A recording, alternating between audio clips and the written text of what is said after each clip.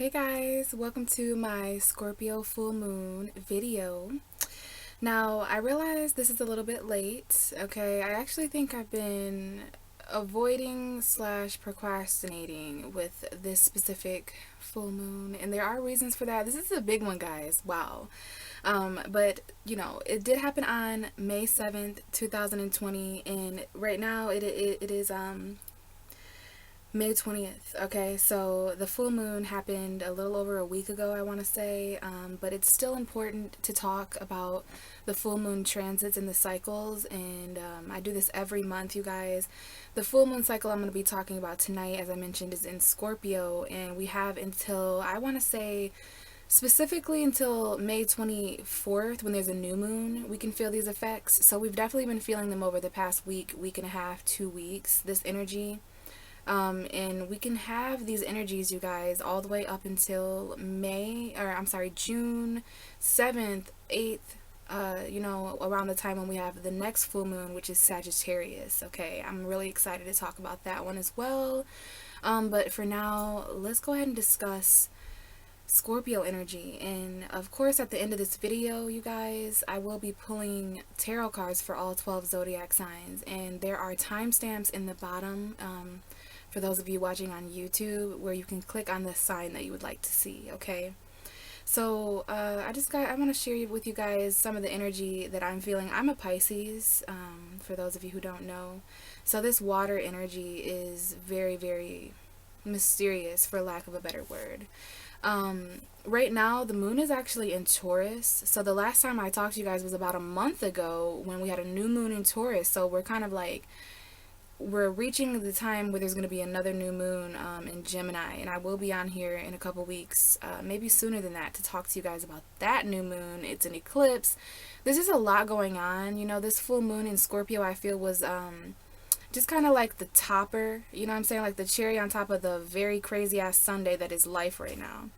But yeah, guys, it is 2 in the morning right now. I don't usually record this late, but I love the night hours. I'm a very night owl. I stay up till about 6 a.m. My sleep schedule is really crazy. Hopefully that's going to change for me. I do know there's a lot of people out there who've also been staying up really late lately.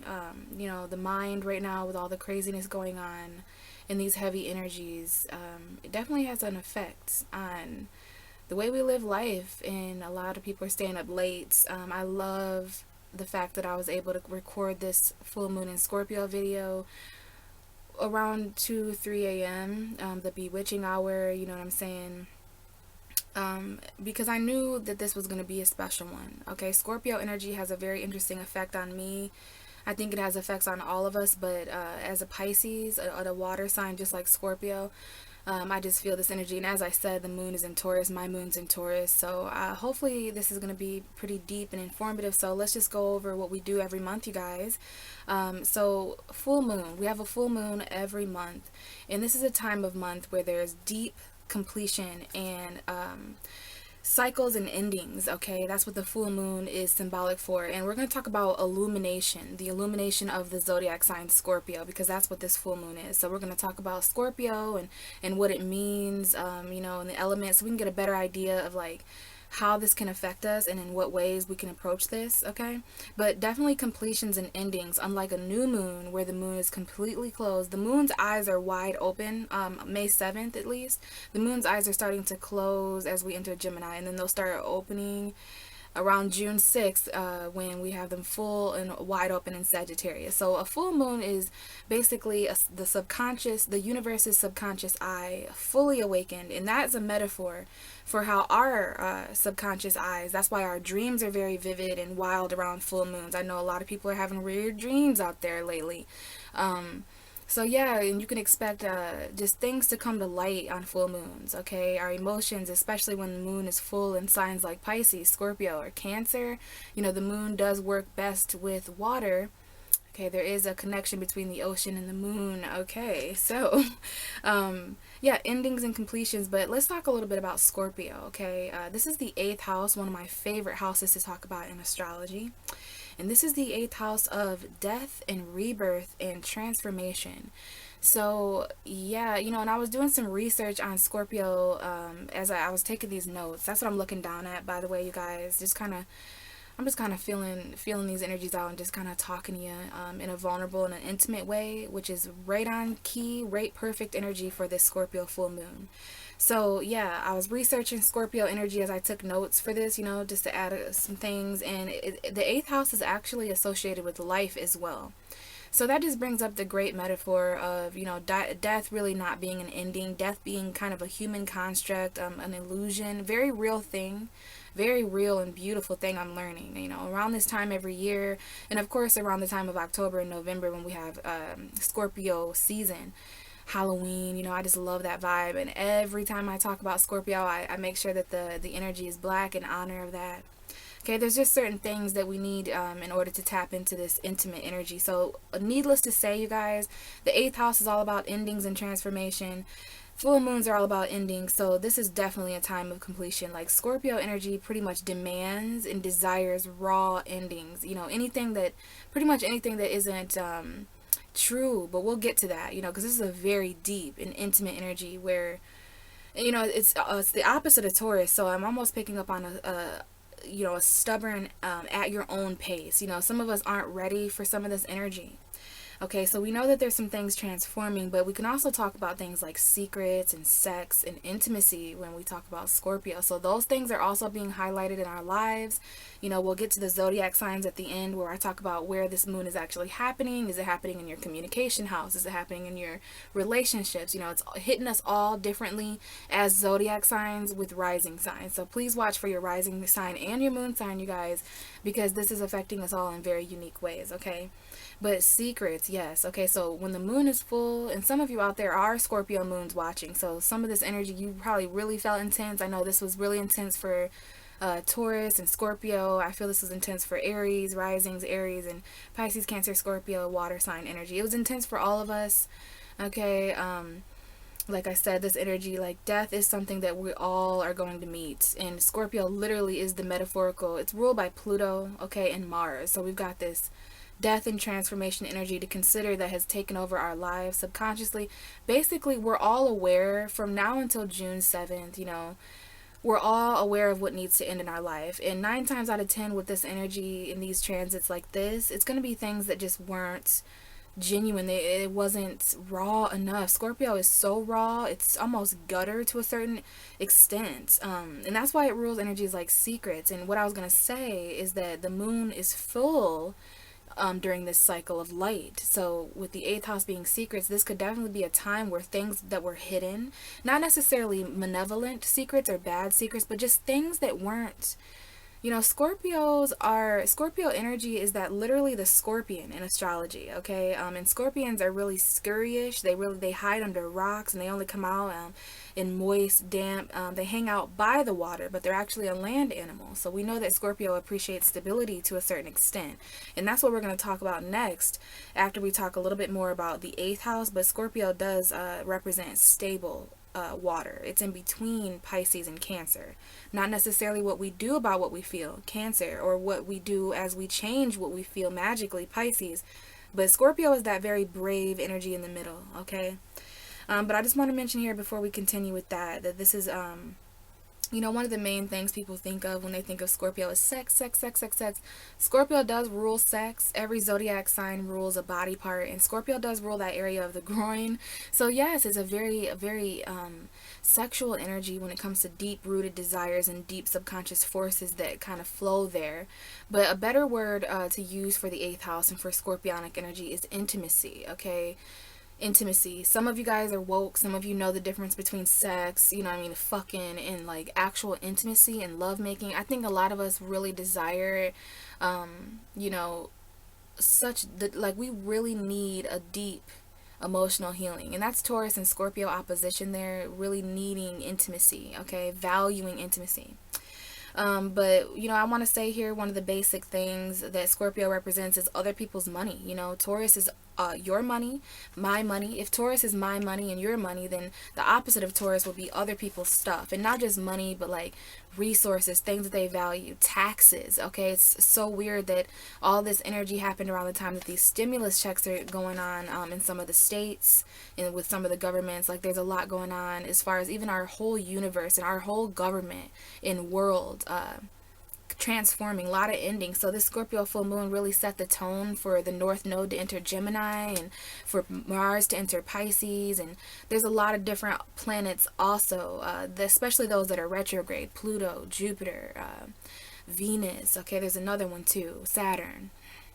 So yeah, as I was saying, you guys, this has a lot of highlights when it comes to the relationships or the intimate, how intimate it is when it comes to shared resources, the things that we share with other people, the things that are ours that then become theirs, you know what I mean? And that has a lot to do with sex and intimacy and money as well.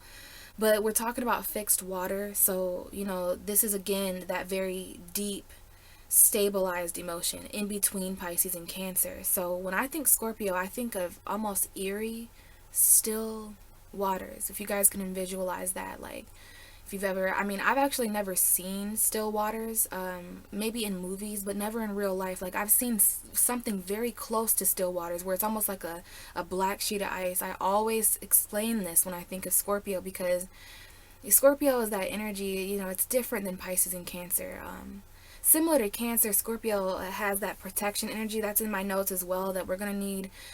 This is very vulnerable, you guys. This moon is very vulnerable. It's going to open up really just dark hidden things about ourselves, and and it's going to be brought to light at the same time of us really seeing clearly what we're not getting from ourselves and others, where we do lack intimacy with ourselves and others.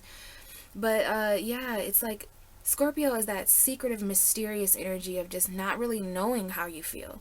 That's what I realized just for me personally during this time period, is I don't really know how I feel. That's how deep this energy truly is. It's like it's like darkness, the eighth house of all that is hidden and secret energy. There's even secrets we keep from ourselves, you guys, and the Scorpio full moon cares about that more than anything. But yeah, sure, there may be, secrets that other people have that play a part in all this, but at the end of the day, this cycle is going to bring us closer to ourselves intimately, emotionally. So yeah, we're going to need these still waters, we're going to need time. I've had so many visualizations of this moon, and I see the image of all of us, like even those of you who don't smoke, it's just a metaphor, just like, you just not waiting on the grim reaper to come and reap certain situations. We have a certain resurrection vibe to consider with Scorpio energy as well.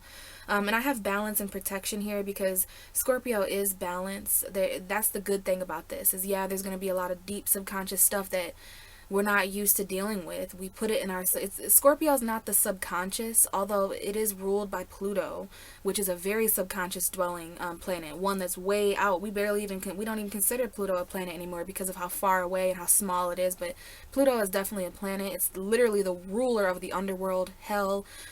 So it's like your own personal hell, which would involve a lack of intimacy, a lack of intimate connections and emotional understanding, and just Scorpio is that energy of just, feeling what you feel and finding some sort of peace, balance, and stability within that, and just kind of accepting it. And it's that face your fear kind of energy. It's that purge energy, that decay. There's going to be things that need to be destroyed, you guys. So yeah, one of the last things I have here is silence, and I'm really happy that I was able to find a dark and quiet and silent place to record tonight, to deliver these messages, to even get myself in the mood and the vibe. Like this energy, for those of you guys out there with Scorpio energy or who have Scorpios in your life, you may understand what I mean by like not even being able to tap into such a pure... If I haven't mentioned purity yet, like Scorpio is literally the purest sign. And that's there's no mistake that the house that rules intimacy and transformation and death and life and rebirth is also the house of purity. Like there's a pureness to this, you guys. We're all being purified at a subconscious level. And in order for that to take place, we really do have to let certain things die and transform and end, okay? And this is all things. So real quickly here, we're going to talk about Scorpio illumination, and then we're going to get into the 12 signs, and I'm going to pull some cards for all you guys, okay? We're going to get into the oracle too. So I have here illumination from the underworld. And I took these notes, you know, about a week ago. So it's interesting the things that I channeled. This literally is illumination from the underworld when we have Scorpio full moon. So some of the things that may be illuminated or brought to light, some of the things that we might metaphorically see with our third eye, our subconscious eye, in our dreams or with our intuition. If I haven't mentioned, Scorpio is a very psychic and intuitive sign, almost to the point of paranoia and obsession. So be careful with that, with getting so paranoid. Very good time to really sift through the balance of what we know to be true because of what we feel intuitively and what we're just kind of obsessing over and becoming paranoid over, okay? Because this is very intimate, as I've said. So yeah, fears becoming illuminated, which is a good thing, because fears are usually those things that we keep, you know, hidden in our mind. And you know, the big thing about Scorpio energy being ruled by Mars and Pluto is that it'll fight to the death, and it hates, it absolutely despises things that secretly have power over us. Scorpio is like first in line to destroy those people, places, and things so that we can step back into our power, right? So yeah, in order for that to happen, our fears and our obsessions are gonna have to come to light, okay? Our subconscious fears, Pluto, Scorpio being heavily ruled, the 8th house being heavily ruled by Scorpio, this is going to take us into a very deep and intimate subconscious state where we're going to see some things that we've felt have been there. You know, these are traumas from our childhood. This is triggers and, you know, energies with warnings attached to them that are deeply, those spaces, you guys, you know, those intimate places, those secrets that we have. Yeah, next thing I have here after subconscious fears is that secrets are going to be exposed. And like I said, this is not just, I feel the need to say that secrets from other people have nothing. That's going to be the least of our worries. You know, those of you out there worried about so-and-so is cheating or lying or stealing or doing this, that, and the third, I would really suggest getting involved with your own self more intimately, because how is that a reflection of something you're hiding or lying or stealing or cheating from yourself? You know what I mean? Like, I just want to promote and really be a vessel of light to explain how important this just is for ourselves. You know what I'm saying? Like, death is a very solitary thing. It brings up the butterfly energy and getting in that cocoon by yourself. Like, let every people are going through whatever they're going through right now. You know, it's more about secrets that are being exposed within you, things that you kept, lies that you've told yourself, you know, things that you've pushed down so deep and you've numbed yourself so much to this energy that's the first place this Scorpio full moon is going to want access. It's going to touch that wound, you know. So yeah, we gotta we just flow with these energies. But the next thing I have here is craving for raw, intimate, emotionally deep connections. I talked a little bit about that earlier with the fixed water of Scorpio. Okay, Scorpio protects themselves and has a lot of trust. A lot of us may be feeling like we don't know how we feel, or like the need to protect ourselves from relationships or people, places, and things in our lives that we don't want to have access to that intimate space anymore, that sexual space anymore. You know, we don't want to give or share that. You know, some of you are going to know what I mean. And then, you know, the full moon in Scorpio is also going to start and ignite and be the initiation to very deep and raw emotional connections. And this is family connections, romantic connections, friendships, you know, you name it. It's just relationships that are intimate, in alignment with this new energy the Scorpio full moon is bringing in. Okay, so we got the Phoenix rising, you know what I'm saying, from the ashes, that butterfly energy. Those are two very strong archetypes for this energy. So just keep that in mind, you guys, when it comes to everything that's ending. Like, it's all so that we can rise to our true flame and our true desires, okay? So the next thing I want to do before I get into the tarot cards is I want to take out my moonology messages. I have the Scorpio full moon card out of this deck already here. And I was going to read what this book says. So we got, it's time to release negativity, full moon in Scorpio. Yeah, I would say that it's definitely a good time to release negativity. Alright, in order to do that, we're going to have to let a lot of things end. So let's read what this really says. If you've been feeling paranoid and acting weird, take this card as a very direct message from the cosmos to stop it. Worrying yourself is pointless. It's time to release any negativity you have around the situation you're asking about. If someone has been unkind to you, perhaps it's time for you to release them.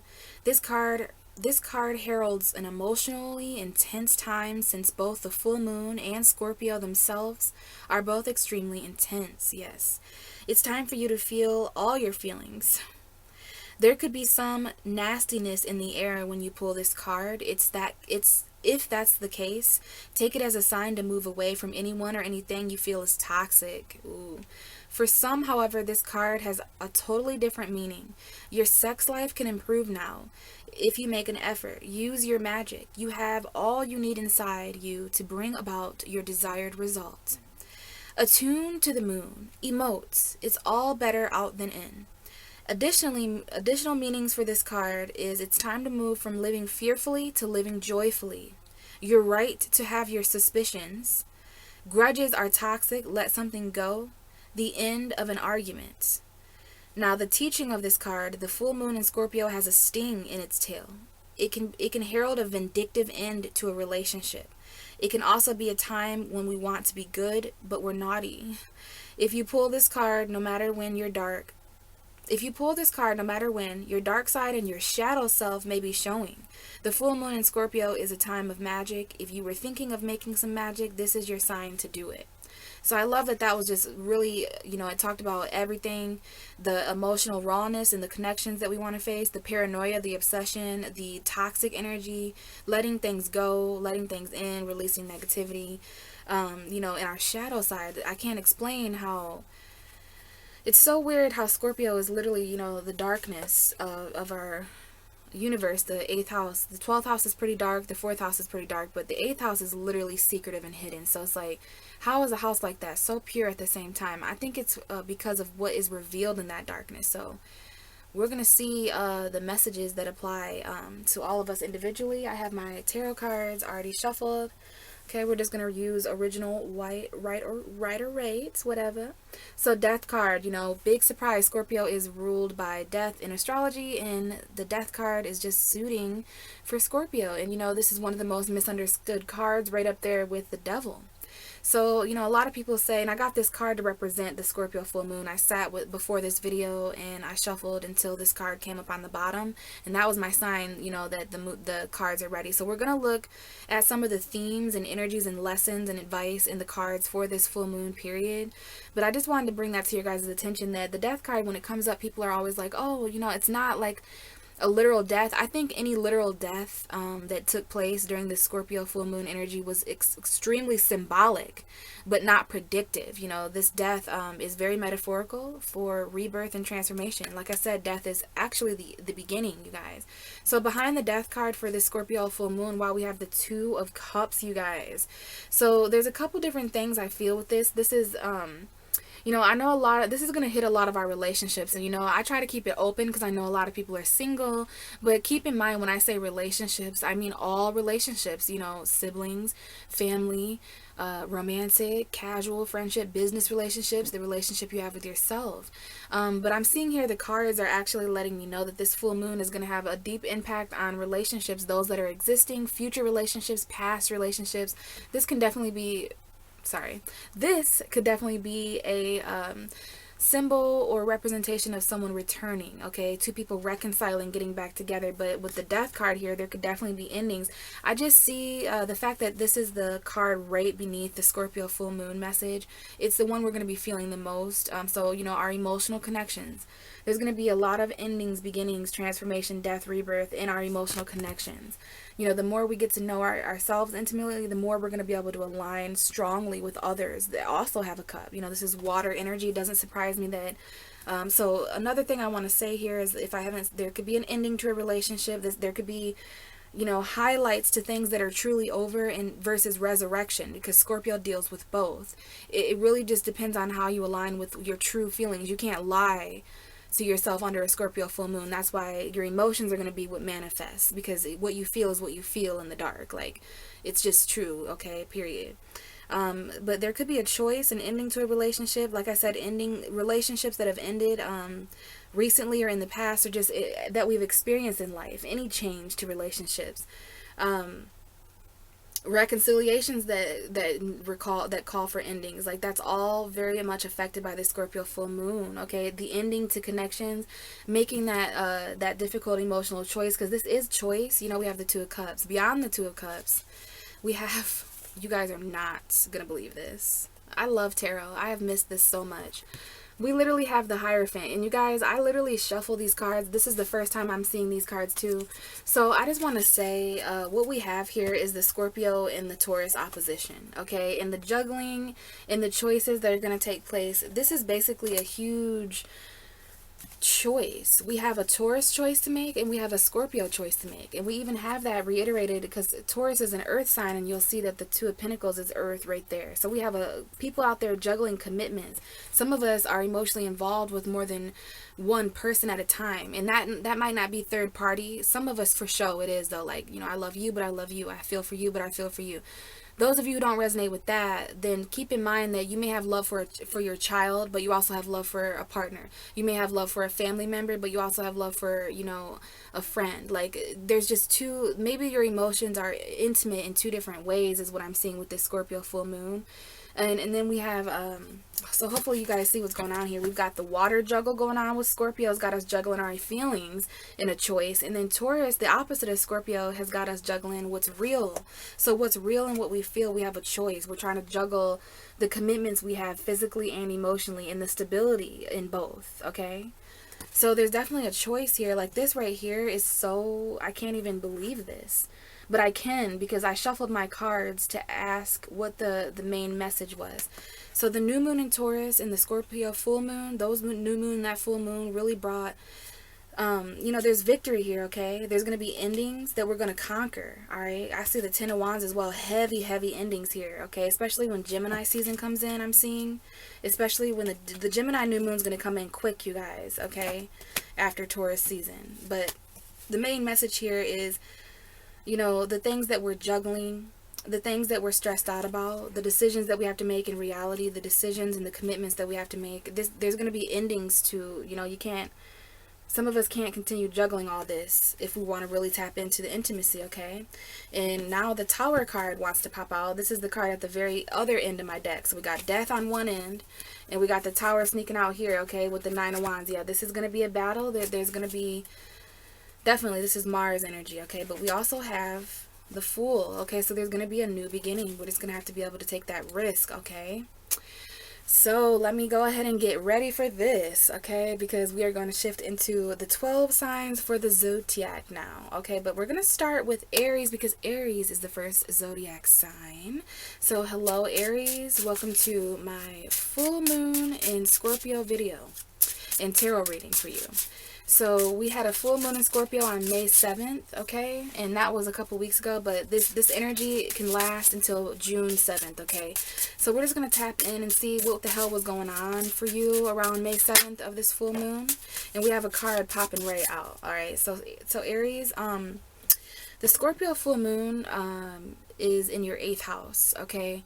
And the 8th house, as I mentioned, if you're watching on YouTube, the full video, the full version of this video, the 8th house is all about intimacy, transformation, death, and rebirth. So this is definitely a time of endings.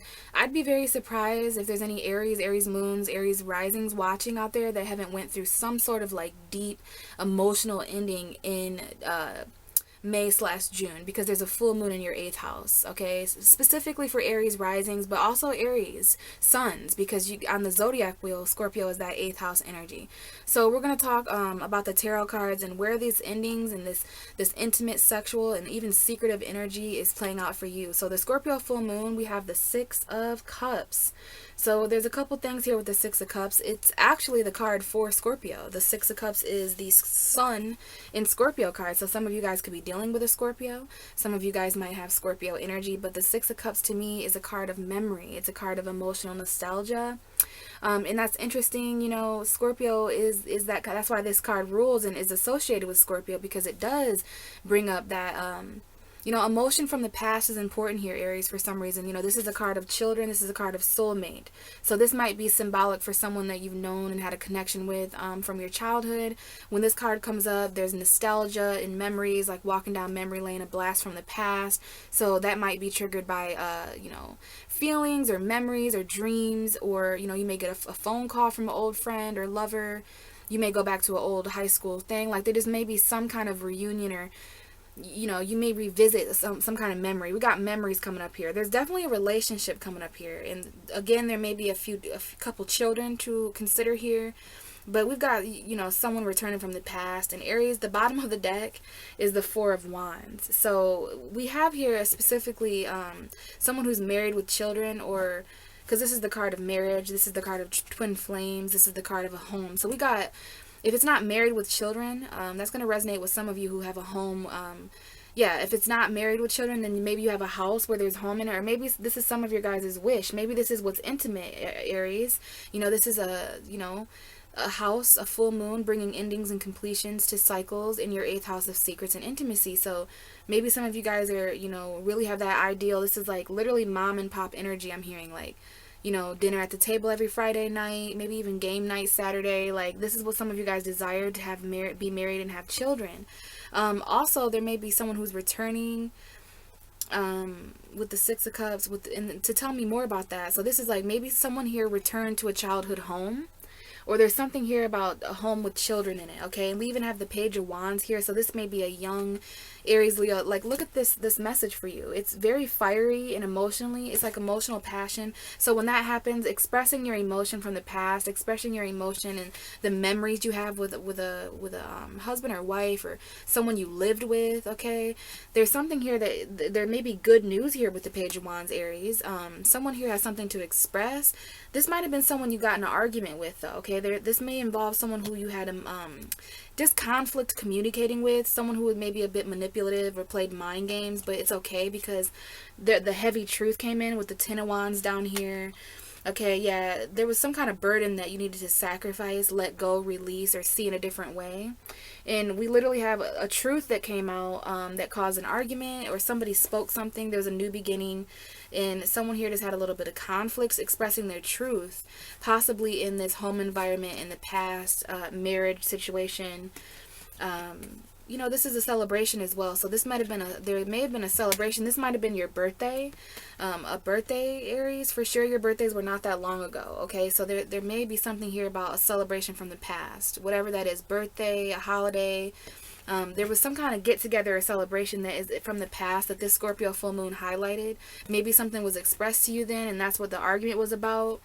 But I feel like it was good. It was like a passionate message. This could definitely be you, Aries, or a Leo, or a Sag, or just anyone who has some enthusiasm to bring. Someone here, this might have been a proposal, or you guys might have been like engaged, but there was some argument. Like, yes, basically, Aries, the Scorpio full moon is going to bring back intimacy from your past. Someone returned, probably. This is someone returned and committed. Someone returned. There might have been children that moved in the home, but keep in mind that the 8th house of so this could be where endings hit you as well. Okay, children heavily. Endings in the past, memories of endings that need to transform, especially in regards to home, family, commitment, celebration. Okay, Aries? So hopefully that helped. Let's move to Taurus. Hi, Taurus. Welcome to the Scorpio full moon message for you. We had a Scorpio full moon on May 7th, okay? And, May 7th. Now, you guys might be going through some conflicts. I just looked down and I saw the the 5 of Swords. So there definitely might be, you know, some of that deception and mind games that I just talked to Aries a little bit about. And then I talked to, if you're watching on YouTube anyways, at the beginning of the video, I talked a little bit about this Scorpio full moon and how it can highlight, you know, secrets and, obsession, like being paranoid. Now, before I get ahead of myself, Taurus, Scorpio is a very important sign for you. It's the opposite of you. It's literally right across from you on the Zodiac wheel. So this is your opposite in so many ways. Whereas you focus on stability physically, financially, with your resources and what you have, Scorpio opposes you and brings in the energy of, well, hey, Taurus, what do other people have? What do the people that you're in relationships with have? What do they bring to the table, Taurus? Because we know that we know that you're going through birthdays, and that should have been the first thing out of my mouth is happy birthday to you guys. I know some of you guys are celebrating and it's not exactly how you planned, you know, so I really hope you're having the best time that you can, what you know, what the situation allows right now. I know it's hard to travel and be in groups, so, you know, boring birthdays this year for most of us. I was a Pisces, and, you know, quarantine kind of messed with my birthday too, but I know you guys are really feeling it. But hey, Taurus, most of you guys are comfortable in your home, you know, eating the foods that you love, your favorite foods, you know, taking baths and cleaning, being with your family. So that's that Taurus energy. So back to this Scorpio full moon, it is in your 7th house of relationships, Taurus. So this is a big one for relationships with you, sexual relationships, intimate relationships, and as I mentioned, what other people have and what they're bringing to the table. Do they know your self-worth? Do they know their own self-worth? Okay, that's the thing with Taurus being the opposite of Scorpio. It's like, I have what I have and you have what you have. Let's bring that together. Is it worth it? Okay, so we've got endings and transformation in relationships, and this is not to say that those out there watching who are Taurus that are in relationships, your relationship's gonna end. No, you know, just looking back on what's taken place since the Scorpio full moon on May 7th, there just may have been some things illuminated. You know, this could be those of you out there who are single or just separated, or, you know, maybe in a relationship that, you know, you don't want to be in or something like that. It's going to bring well-needed endings to your relationships, Taurus, in regards to your worth, the newfound worth that you find every year on your birthday when you're reborn. Okay, so yeah, we already shuffled for you. I'm going to shuffle a little more, Taurus, but like I said, the 5 of Swords showed itself to me. I don't know if there's any arguing or if there's any confliction here, mind games, but, you know, that was just something I seen briefly. The card that came out for you is the Fool. So in a 7th house full moon, you know, there's going to be, this is more of a beginning for you, Taurus. You're more in that beginning energy because there was a new moon in your sign. So Scorpio is dealing with endings and cycles, while Taurus energy has the sun, and Mercury was there at the time of this moon. Uranus is in Taurus. You know, so this is more about planting seeds with you. Okay, I did have a video for the new moon in Taurus if you want to check that out on YouTube. But yeah, I say that because the Fool is like, bags are packed. Someone here has a dog, and they're like, it's a risk. It's a new beginning. Some of you could be dealing with Aries specifically. But this is Uranus energy. It's interesting, Taurus. Uranus is in your sign. And this was you know, Uranus and the sun and Mercury met up just recently here during your season and your birthday time. And this card rules Uranus, and Uranus rules that unpredictable energy of enlightenment, you know, doing things in a strange, unique way, and taking a risk, starting over at very much zero, like starting from scratch. So you guys want to take a risk, maybe with a relationship, you know what I'm saying? Like I said, some of you may be dealing with Aries, but in a 7th house reading, especially for you Taurus risings out there, some of you guys are just wanting to start new relationships, and this is all relationships, Taurus, not just romantic, all relationships. You want new ones. Maybe this is travel. There may be some kind of edgy, risky energy here, but I can see from the bottom of the deck that, you know, there's something here that you're still battling. There's something here that you still have your guard up. You know, part of you really wants to take a risk here, either in relationships, because that's where the full moon is for you, or when it comes to, you know, some kind of ending transformation, you have to take a risk to end this. Some of you guys really do just want to leap in a new direction, but I'm telling you, the reason why it's risky is because, you know, either the person you're dealing with, or this somewhere in the situation, there's this 9 of Wands energy present, which is fire. Aries, Leo, Sagittarius is the energy of expression, but this is someone who's endured a lot. This is a wounded warrior, someone who's getting very close to the end of a journey because they've worked really hard and tiresome. Okay, so yeah, this person has been through 9 battles. They've fought and won. Someone out there is a very strong Taurus. There's mess with the bull, you get the horns. But I'm not even going to hold you up, Taurus. The reason why you're defensive, the reason why you're blocked or guarded or something like that is because of this new beginning you're focusing on financially. There is a new beginning. Someone here wants to secure the bag. Someone here may be dealing with a Gemini, Libra, Aquarius man or woman. We got masculine energy here, okay? This might involve truth or communication or some kind of stable conversation, intellectually, maybe being a bit detached. Some of you are just in your head about how this new beginning right here would really allow you to save money, because we got money going on here, Taurus, and we got relationships. You know, Scorpio energy and Taurus energy does bring up that emotion and money energy. So this is about what you're hanging on to as far as a new beginning that you've invested in. This is about saving some kind of lump sum of money that you may have received, holding on to it because you manifested this. There's some kind of resource here, okay? And there's also something here being manifested with a home or emotional fulfillment. fulfillment, you know, a place that you can sleep and rest and meditate. And that might be highlighted with Gemini. Some of you is dealing with a Gemini, Libra, Aquarius. But this is very, very important, Taurus. There's something that you need. Okay, something you need has come to you during the time of the full moon, during the time of Taurus season, and you really want to hang on to your values right now, don't you? This new beginning, something that you needed, that you were hanging on to, a lump sum of money. And that's ultimately why your guard's up, because you're like, fuck, like this new thing has happened. I have this new thing that's physically and tangibly and materialistically in my environment. I want to hang on to it. It's my foundation. It's my home. It's my stability, my security, my money, my bag. And it's like, there's one more battle that you're going to have to fight until something you need comes in. It might be a lump sum of money that you're going to need to save in order to travel somewhere, run somewhere, jump somewhere, leap somewhere, you know, explore and adventure somewhere. Okay, so basically, Taurus, this Scorpio full moon has showed you and has given you something to protect that is yours. Okay, something to protect that is yours, that will ultimately help you and push you into a direction of new. Taurus, you're on that new. Okay, you're on that new vibration. Scorpio is ending things in your relationships. Relationships may be things that are ending and cycling out. But for you and you're getting this full energy. So you're at the beginning, baby, and you're going to meet other people that are also on this fool's journey and who are at the beginning with you. And some relationships may have to end in order for these new ones to jump in. And this is not just relationships, it's your whole life. You know, what you've been fighting for and what you need is some kind of new risky beginning. So hopefully that helped, Taurus. Relationship transformation for sure. So let's move to Gemini. Hi, Gemini. Happy birthday to you, Gemini sons out there watching. But welcome, Gemini rising and Gemini moon as well. So we're talking about the Taurus. This card wants to stay. Talking about the Taurus full moon. I'm sorry, not the Taurus full moon. Sorry. We're talking about the Scorpio full moon that took place on May 7th.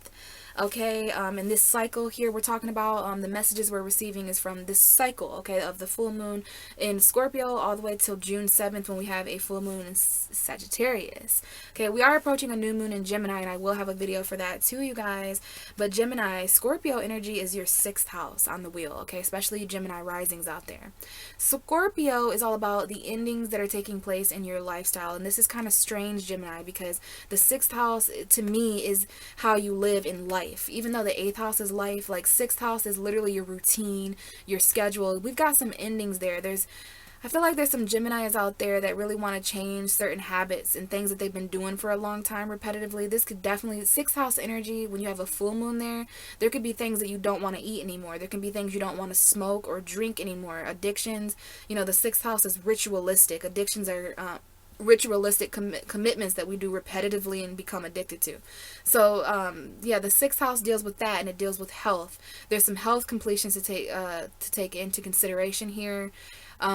You know, how you live every day, your work, your job, the services you offer other people. There's some change going on there. Okay, there's some transformation. There may be an endings involving your health, how you live. You could live a completely new lifestyle over the next 6 months, and I didn't mention that to the other signs, but you know, this energy doesn't just come and go on the June 7th when the cycle is over. Like, we have 6 months until the new moon in Scorpio season. So what do you want to change about your lifestyle? You could literally end things. Okay, now so far all I have is the 7 of Pentacles for you, Gemini. So we've got earth energy here to consider. We have Taurus, Virgo, Capricorn that may be of some importance. Maybe you have that in your chart. Maybe you're dealing with someone who has that in their chart. But the 7 of Pentacles, to keep it general for you guys, is someone who's waiting on something and therefore focusing all their intent in something. You see how focused this man is, this woman, this person in this card is. 7 months may be interesting. So the last 7 months, something like that. 7 years to some of you, but I feel more 7 months, 7 weeks. Just maybe there's the 7th is important or something like that. Okay, the 7th of you know, May, maybe July, the month of July, you're waiting, but there's a waiting energy here with the 7 of Pentacles. Okay, something that you've harvested, something that took a certain amount of time to grow. It's like that farmer energy. Okay, it's a metaphor though, a metaphorical bush in your life. And you're going to need to evaluate your crop. Has the time and energy and effort that you've put in, and it makes sense because this is that lifestyle energy. You know, this is the things that you've done, the way that you've lived, and what's accumulated because of that. You know, if how you lived and the value that you've gained from that all got put in one area, Gemini, you're going to realize during this Scorpio full moon cycle, in an emotional and in an intimate way, if you've wasted your time, if you're in debt, or if you're in profit with something that you've been focusing on. Okay, Scorpio for you really brings up that intimate way of living, like your secret lifestyle, how you live at nighttime, how you live in the shadows or the secret. There may even be some occult services here or something like that, with the eighth house being in the sixth. So yeah, we've got you really focused here on the physical. The sixth house is very physical, but we also have an indication here of a relationship. Okay, so this may be someone who's waiting on a reconciliation. This may be in a relationship investment. You know, those are going to be important come, you know, your birthday season, Gemini. You know, the full moon in Sagittarius. You know, the north and south node are also in Gemini and Sagittarius. So welcome to the karmic nodes for the next 19 months. You know, we'll talk about that in another video. But yeah, relationships and what you've invested is going to be important because we have a full moon in your seventh house. Okay, so yeah, some of you guys are really stuck in your head about an emotional connection. You know, this card was right behind the death card, so I know Scorpio full moon is really affecting this two of cups energy, a soulmate, a connection, someone coming back together and reconciling, but you're stuck in your head. Some of you feel trapped in a relationship and you have a choice to make in the future, because it's like there's a connection here that it's got you stuck in your head. For some of you guys, there may be a love connection in the future. Okay, love connections in the future is important for Sagittarius as a seventh house. Okay, love, long distance love from across the way. It could be a Pisces. Okay, this is foresight. There's some kind of love that you can see coming, or that my cards can see coming. Something that you've really put in a lot of work effort into. You know, we have the Eight of Pentacles showing up now, and that's the card right after this 7. So there's some waiting here in your head about a relationship and about a connection. You know, Scorpio full moon, this is going to bring up intimate connections, even if it's in a 6th house. Maybe this connection here affects the way you live. But I'm telling you what, we have love in the foresight. I don't know if this is the same lover in this Two of Cups, or if there's a third party situation, but we have someone who's traveling to somebody and this is very romantic, very charming. This is a very love message that's coming in the next 3 weeks, 3 months. Okay, but again, Gemini, we have you waiting on something though. This Scorpio full moon is about investing in something, maybe a person, but someone here is trapped in a relationship or something. There could be a water sign present. I was going to say Gemini and Aries, but fuck. Pisces, Cancer, Scorpio. Maybe a Leo with that lion. There's a strong emotional bond and connection someone feels here. There may be a choice that someone's waiting to make, you or someone you're dealing with. But someone here is trapped and really in their head, Gemini. I think this is you. Really trapped in your head about a connection you feel with someone, and like something that you know is coming in. Let's get one more on the Seven of Pentacles. Okay, why is the Seven of Pentacles coming out for Gemini for the Scorpio full moon? Okay, yeah, there's a lot of conflict here with waiting and investing. And for a 6th house full moon that's changing things about your lifestyle, there could be conflict and tension of some sorts. You know, bottom of the deck is the Ace of Pentacles. Okay, you could be dealing with a Taurus or Virgo or Capricorn. This card came out for Taurus. So there's something that you need, something, I don't know if someone's father here or some kind of boss or something is giving somebody something. I see an Aries here specifically. There was a missed, excuse me, there was a missed opportunity. So this is a parental figure or someone who's in authority. This is something getting given to you between now and June 7th, or maybe over the next 6 months even. Okay, lump sums of money. $600, $6,000, $60 is a lump sum of money to me. But you know, the Six of Pentacles is all about that equal give and take. Okay, this is some kind of financial balance or a promotion, and this is going to either put you in a position of authority, or it's coming right from a father figure, a baby father, a father, a grandfather. It was a missed opportunity for power though. And we have the Knight of Swords, which is you, Gemini. We got the Gemini new moon and some kind of new passion. But I'm telling you, there's something's getting given to you, and it's money, it's physical, because of your 6th house energy. You're gonna have to act quickly in the darkness, Gemini, so you don't miss an opportunity. All right, and it might involve some kind of Aries energy, but for a 6th house, this is something you need that's being given to you. It's a lump sum of money or something that you largely value, a golden opportunity being given to you. Perhaps that's what you're waiting on, but there's a situation here that you've turned your back on that's caused conflict. You're like, man, I just want to get away from all these people, but let me see like what I've at least grown with these people. Like there's at least five people that that don't get along, or it's like, I don't know what this energy is, an argument or conflict. Let's get one more Gemini, but just know there's something you need, that you're waiting on and that you've invested a lot in spite of conflict, tension. It might be an Aries, Leo, Sagittarius, Taurus, Virgo, Capricorn that might be important. Something needs to change. Okay, because there's conflict that's going on. Yeah, it's a secret. I can't reveal it. The High Priestess just came out. So this is something that you already know. Okay, when the High Priestess comes out, it's the moon's energy. You could be dealing with a Pisces. You could be dealing with a Cancer. Or maybe your moon sign will help you. If so, if you know your moon, watch your moon sign message, because it'll tell you more about who's waiting in conflict, why this is a secret, why this hasn't been revealed yet. Maybe this is the new moon in Gemini that will reveal this to you. But so far, yeah, there's definitely a new spark. Okay, something coming that's going to really ignite you and light you up. It's this investment. It's a wish come true. That's all I can tell you, friends, because of certain forces in the universe. Like, I really abide by the High Priestess. When she comes out, it's something, it tells me that you already know what this is, low-key. You got to follow your intuition. It hasn't been revealed to you yet. Wait for the Gemini new moon. There's going to be some kind of new spark, though, that'll help you out with this Five of Wands. It'll put you into victory. The Ace of Wands that you're waiting for is that sixth wand of victory that's going to get you some kind of attention. And I do think, or recognition, excuse me. That's a way better way of putting that. But yeah, Gemini, wow, this is deep. Okay, so happy fucking birthday to you. What a time to be a mutable sign. Let's shift to Cancer energy now. Hi, Cancer. We got a card popping out immediately. Okay, so someone might be doing a little bit of juggling. Might be a choice. We got a Virgo here. Some of you guys are just in isolation like many of us. A choice that you're reflecting on. Heavy, heavy financial energy coming out for somebody. Okay, your future, all right, financial fulfillment and options you have there. But let's really hone in. Welcome, first of all, to the full moon in Scorpio message that took place on May 7th, 2020. So we're going to be looking back at the beginning of the first week of May and some of the things that deeply and intimately changed, and that's going to continue to change over the next 6 months. And especially throughout June until we have the full moon in Sagittarius, Cancer. So this is the Scorpio full moon message for Cancer. What do we have? And I can't wait to get into this because you, just like Pisces and Scorpio, are a water sign. So before, we got a card coming out, but let's talk a little bit about your fifth house. I love fifth house energy. So the fifth house is all about pleasure. It's one of my favorite houses to talk about because it's that Leo vibration of, like, you know, the inner child and light. The sun rules the fifth house, so creativity is here.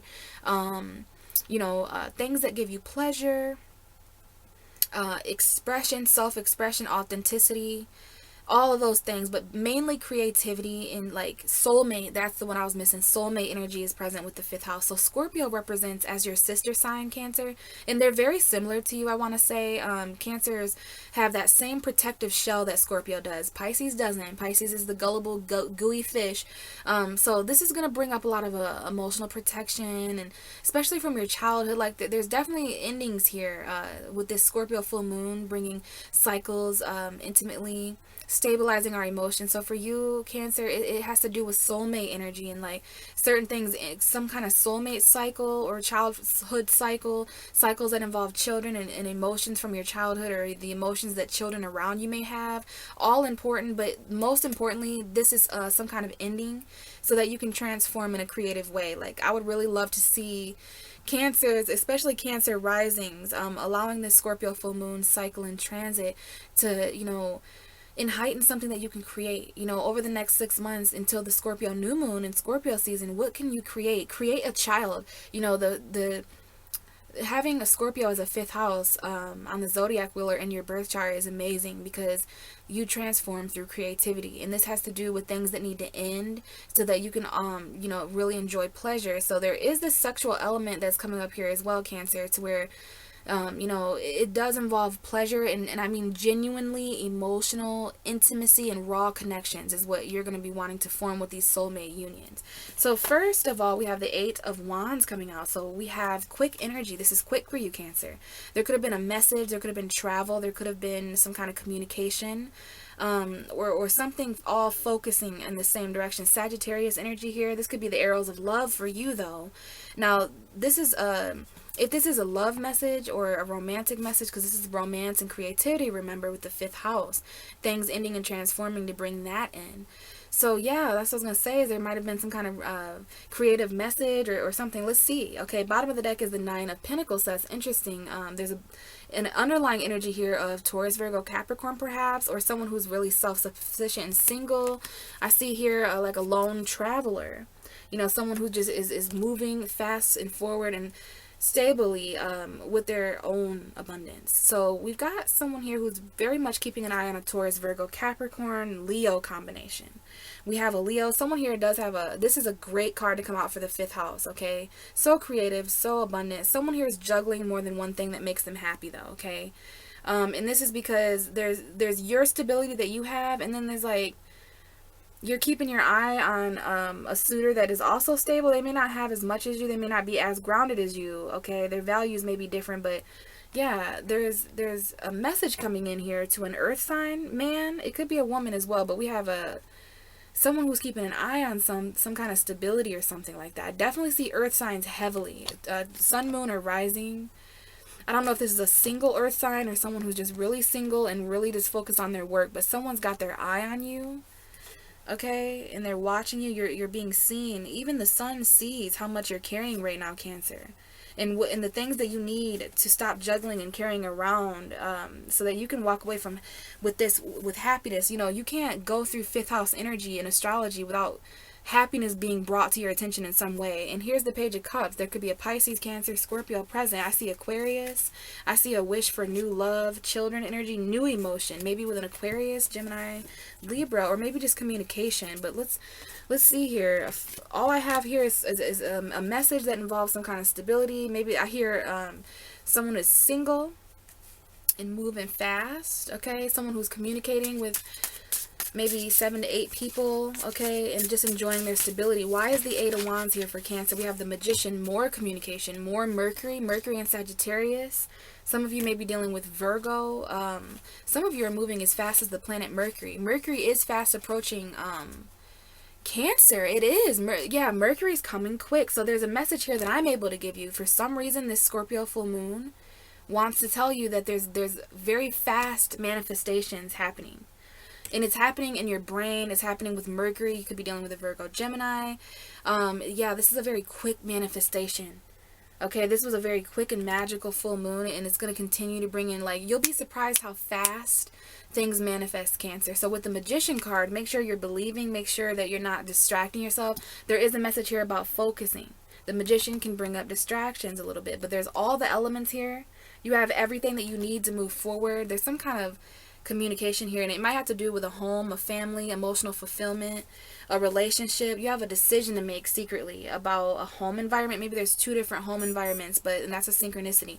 There's a home environment or relationship, and if you're choosing between 2, okay, person, place, or thing, there's one that emotionally fulfills you, Cancer, but there's some kind of hold up, so you not knowing, okay, something here hidden in the dark. You could be dealing with a Pisces or another Cancer as yourself, or there's secrets here, conflicting things. There's an unknown conflict here that the new moon in Gemini may bring up, okay? There's a Gemini and an Aries here, a father figure of some sort.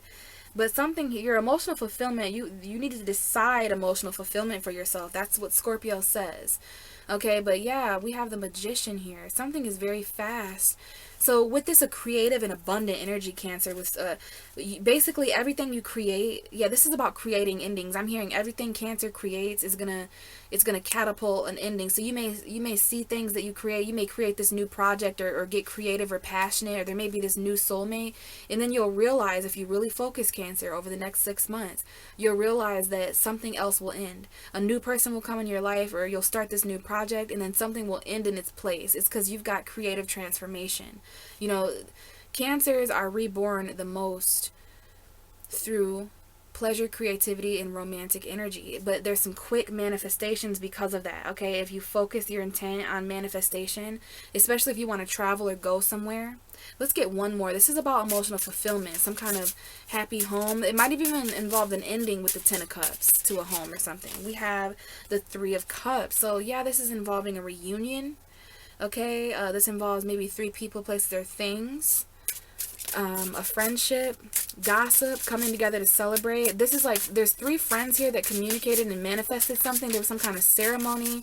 I'm almost feeling like a coven energy. Someone here they're manifesting and traveling. Like there's 3 people that want to meet together.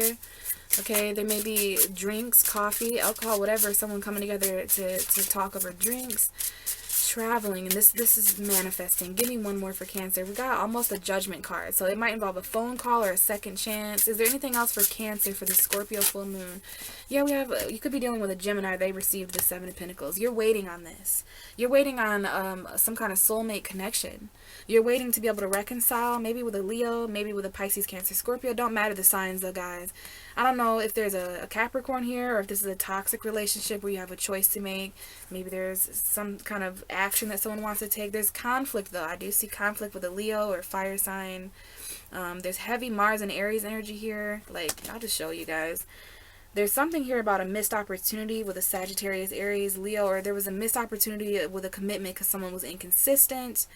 This is going to resonate with all of you differently, but yeah, look at here. There's definitely endings and transformation.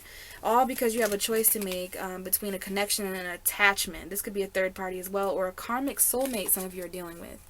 But you're waiting, similar to Gemini, for something to manifest. Either way, you're going to feel this very quick magic. There's magical communication and travel going on here. And because of that, there's like some kind of reunion where I don't know if these people are communicating or manifesting together. Some kind of magic. This is like a coven. When I get the Magician and the 3 of Wands, or I'm sorry, the Magician and the 3 of Cups, maybe this is happening in your future, you guys, and foresight, but this is definitely a coven's energy. Okay, so yeah, you guys get creative, okay, with this 5th house energy. This energy trines you, Cancer. So you know these waters, don't you? Don't you? All right, let's move to Leo. Hi, Leo. So let's go ahead and let a message come out first before I start talking to you guys. But this is the Scorpio full moon, all right? We had a Scorpio full moon on May 7th, and that was, you know, the first week of May. So we're going to have to look back a little bit, but it's okay because this cycle lasts for 6 months. So we're going to talk today and in this video about some of the changes that are taking place with this Scorpio full moon. We have a card coming out, but I just got to talk to you a little bit about like the house, especially for you Leo risings out there and Leo moons and Leo suns. So Leo, you are a fixed fire sign, all right? And that's important to mention because Scorpio is a fixed water sign. So when we talk about Scorpio and Leo, we do talk about a 90-degree harsh angle of compromise, karma, okay? Meeting halfway, that push and pull energy of, it's very conflicted. So there could have been some tension that came up around the full moon in Scorpio from now and until the full moon in Sagittarius, which will be that'll trine you. That'll be a bit more harmonious. So this is an interesting one for you, Leo, because Scorpio, not only does it square you, it does represent your 4th house. Okay, Scorpio is 4 signs away from you. So there was a full moon at the beginning of May in an area of your charts, Leo, that has to do with family and home. Like, you know, the full moons are all about completions and endings. So there could be endings for sure to home stuff and family stuff. You know, this is about your intimate roots, Leo. And what do I mean by that? The 4th house is all about where you consider yourself to be from, your deep roots, like ancestral roots, you know, generational things. Your mother's energy is important here, Leo, with the 4th house of home, foundation. So you need a foundation for intimacy right now, Leo. And there may be certain endings that take place in the home or in family, or when it comes to certain things that you've built intimacy upon. Okay, it has to be raw. Like, it's very important that you're emotionally comfortable where you live right now, because I feel like there's going to be some intense emotions that you're experiencing, and it's always nice to have like somewhere to go, like, and have a nice home for that. Okay, so yeah, this is changing your home, endings, and I'm really feeling that home is where the heart is energy. You know, that, I don't mean to call it cliche, but that is really what I'm wanting to talk to you about, is that there's going to be endings to where you could, maybe where you thought you were home, like, it's not that anymore, Leo. It's not that same house. And this could be a metaphor for something that feels like home to you. All right, because it feels like home, and that's a song. I'm wondering if any of the lyrics matter. You're going home, Leo. Okay, it feels like home. You're going home. It feels like you're on your way back to where you belong. Okay, yeah, wow, very intimate. But Leo, the first card we have out for this message, because, you know, as far as the houses and stuff, like, you know, you got to watch for your rising sign, but this is going to resonate with all of you, though. The Four of Swords in reverse. This card came out as I was talking. We're going to get a little bit more, but this is in reverse, okay? So this is Gemini, Libra, Aquarius energy. This is the energy of the mind. This is a card of prayer, meditation, peace, and silence. This is a quarantine card. Some of you guys need to heal. There may be, you know, when the Four of Swords comes out, I don't usually say this, but I do want to say it to you guys that, you know, there needs to be some healing. Sometimes someone needs rest. They may be ill or something like that. But you're getting it in reverse. So, you know, we have to take those meanings and apply it in an opposite way. For me as a tarot reader, this is talking about, now this is an interesting one because cards in reverse indicate the past. So, has something to do with, something you had to heal in the past. I'll just say it like that. A time of healing in the past. So, you know, this Scorpio full moon for you, Leo. Wow, this is getting deep for you. This is my deepest reading yet. And that's because it's in your 4th house, must be. Scorpio full moon from May 7th to June 7th. And really just the next 6 months. Especially the next 4 months, I'm hearing. Because your 4th house got the 4 of swords, you know, 4. So April might have been also a month of that should be mentioned. But there's something here, Leo, that you haven't healed from, and you know it. You haven't healed entirely from it, okay? You've lost sleep over this. You know, the Four of Swords in reverse is loud energy because this is quiet. This is prayer. Some of you guys need to pray. Some of you guys, it's been a long time since you've prayed, all right? And you might need to find like a unique way to communicate with your higher self is all that is, you know. Maybe it's not quiet enough where you are. Maybe you're not comfortable enough where you are. Four of Swords in reverse, I don't know the actual meaning. Some of you guys might want to look up Four of Swords in reverse, get an extra message there. But as far as what I know about the cards in my relationship with the tarot, this is someone who needs rest. Someone is in desperate need of healing, and that's what the Scorpio full moon is going to reveal to you most of all. Some of you guys are not sleeping very well. You're not getting enough sleep. Someone here gets like 4 hours of sleep, 3 hours of sleep minimum, like 3.5. I'm just reading the cards, okay? Some of you for sure. Now, let's move on here. We have the Wheel of Fortune. So when the Wheel of Fortune is at the bottom of the deck to tell me more. When the Wheel of Fortune is in a reading, it doesn't matter because everything's about to change. So there's some kind of unhealed, something from your past. Scorpio full moon is going to come in and heal, you know, places of, I almost said places of worship because there is like this church energy. This is like someone who's in a coffin, okay? Someone who is just seeking sanctuary, a quiet place to heal. So this brings up something from the past. That something's gonna change. Something here is faded. Okay, there's a situation that's got you restless, that's got you heelless. I've never heard that word before. Heelless, like so without healing, without sleep, without rest, without silence and peace of mind. Because the Four of Swords, some of you guys, this Scorpio full moon is gonna cause some shit in your life to where you have no choice but to give yourself time to fucking think and take a break. That's what this card upright. That's why I'm telling you guys that, you know, either there was a time when you were able to do that in the past and now you're not, but everything's changing. You know, there's something karmically fated here to happen. Maybe your destiny or karma or something has got you up late at night. You know, places you want to go, cycles you want to complete. You could be dealing with an Aquarius, a Leo. Leo, you are on this card. You could be dealing with Aquarius, Scorpio, Taurus, or Leo, the fixed signs. But this is all about change. Now see, somebody here has got their eye, like destiny. When I get the Page of Swords and the Wheel of Fortune like this, destiny itself has its eye on you, watching if you're going to move away from certain things. That this is a big one to come up, Leo, for the Scorpio full moon. Some of you guys are leaving behind Taurus, Virgo, Capricorn energy. We do have the sun here.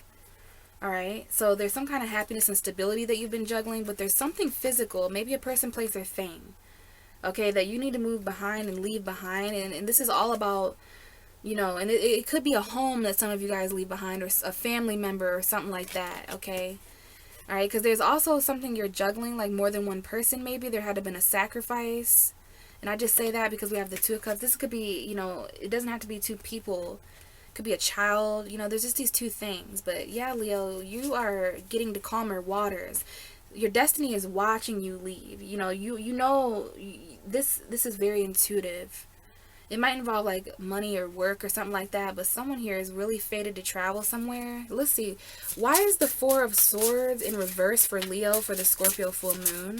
Some of you guys don't sleep very well wherever you live. Okay, we have the Page of Cups and the Star card coming out. Some of you are dealing with Aquarius, or maybe you have Aquarius energy in your chart, but wow, Page of Cups and the Star. Okay, so this energy of you not being able to, something's on your mind, Leo, and the Scorpio full moon on May 7th and heightened that. It made it more intense. It brought more emotion. So if you notice, you've gotten less sleep because since then. Or you're just less at peace mentally. You're just searching for any chance you get to just give yourself a second to like evaluate this. But see, this is about, I asked for more, right? This is about maybe a Pisces. We do have the card for Pisces here. You may have Pisces energy, but this is also Cancer, Scorpio, or any zodiac sign that is new love. Okay, this might be the energy of a child. Some of you are fertile, so be careful. Just those of that resonates with this very fertile energy. But listen here, okay, there's a lover here. There's a new love. There's new emotions that are destined. Some of you are offering something to an Aquarius, specifically your opposite sign. There may be an Aquarius child or some kind of combo like that. But this right here, and it's so interesting that you're getting the card, without healing. Not enough rest, you're not healing, you're not taking time. The Star card is the ultimate healing card. You see that destiny? Okay, this is healing, renewal, some kind of hope. Some of you guys still have hope in love. Some of you still have hope in emotion. And we do have a strong Aquarius here, especially Aquarius female. We have a even stronger Libra indication. So there's someone here who's like, this is not going to be for everyone, but someone here has a decision to make, and they're married. This is an ex-wife. Or there's some kind of lawyer energy here. This is definitely a lawyer or a judge. There's some kind of court decision or something that someone might resonate with here. Strong Libra energy. 1, 2, 3 indications of Libra. Someone may be a triple Libra out there watching or something. But yeah, someone here is like, there's a codependent relationship.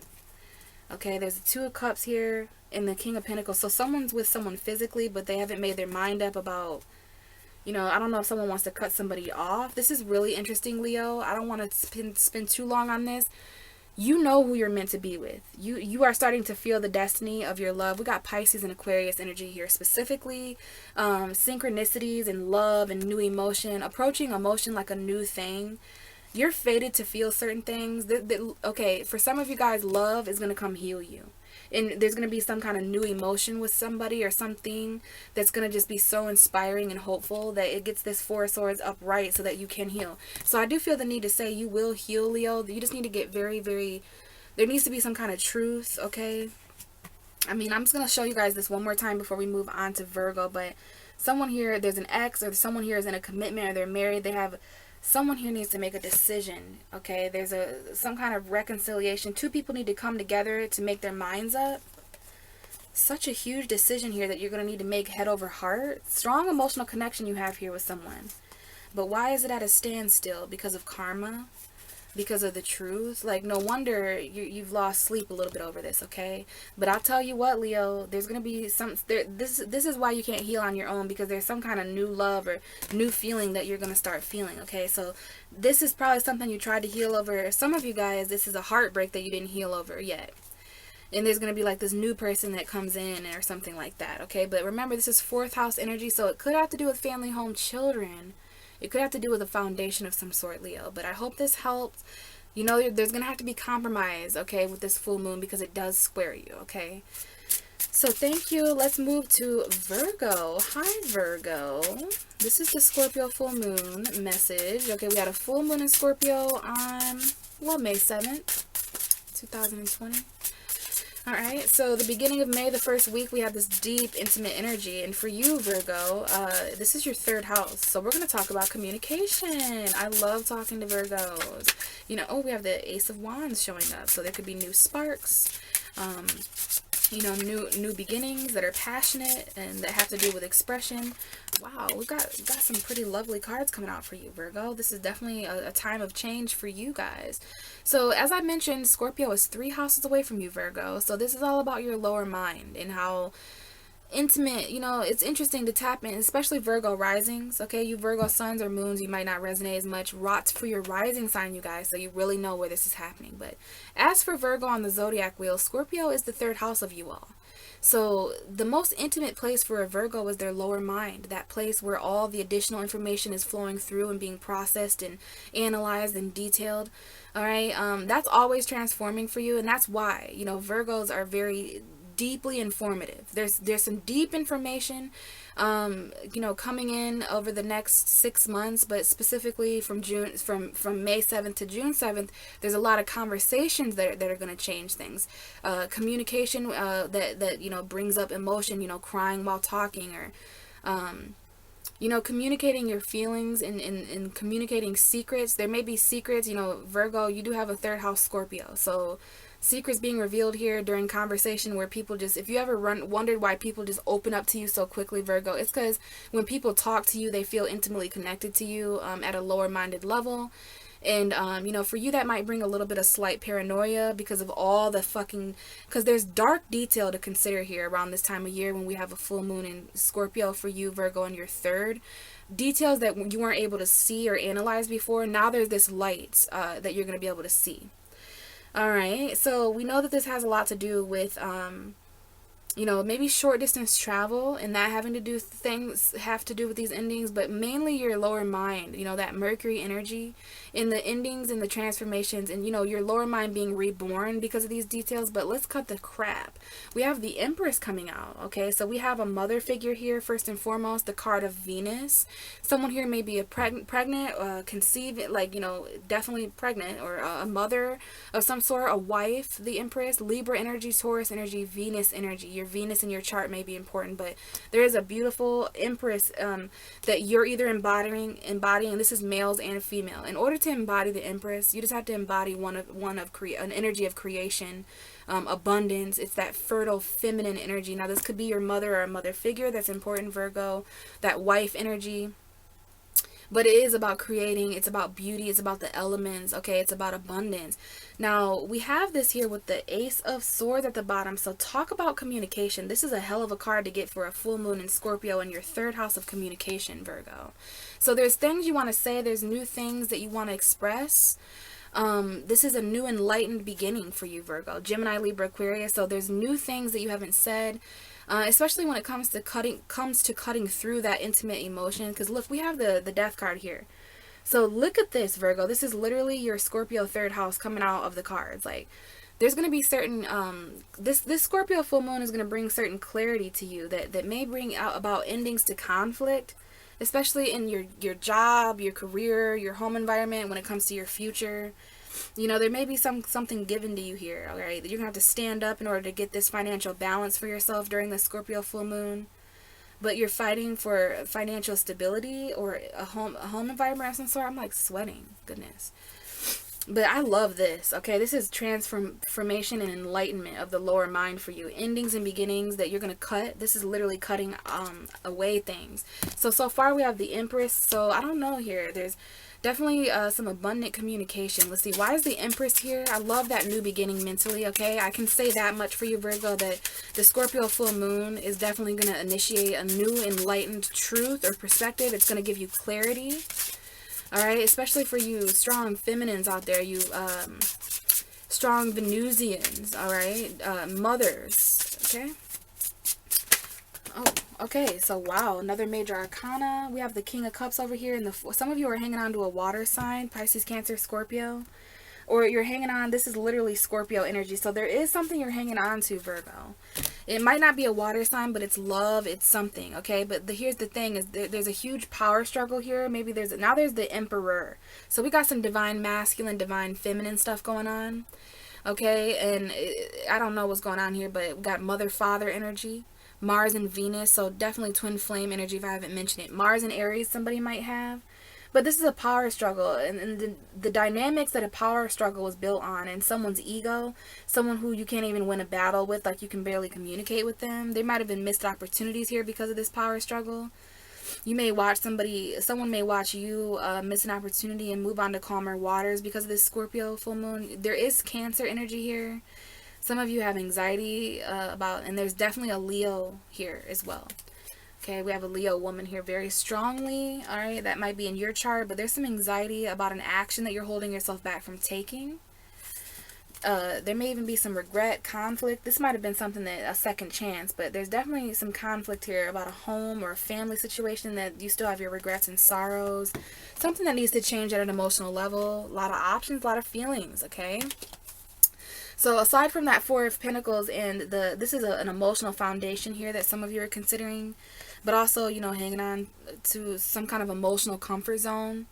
I don't know what that's about, but the card that clarified the Empress is the World. So we have Venus and Saturn here that may be important to some of you out there who are into astrology. There's some kind of cycle of abundance. You could be dealing with a Scorpio, a Taurus, a Leo, an Aquarius, the fixed energy. There's some kind of travel here. Okay, but there's some kind of beautiful cycle here to consider with this Scorpio full moon. Okay, some kind of ending, a success. Someone here is very successful. And you guys have truly aligned with abundance. Okay, we have, yeah, there's the Page of Pentacles here. So this is something new. This is Taurus, Virgo, Capricorn energy. This might involve an apology. This might involve an investment or some kind of studying or a new beginning, a message, okay?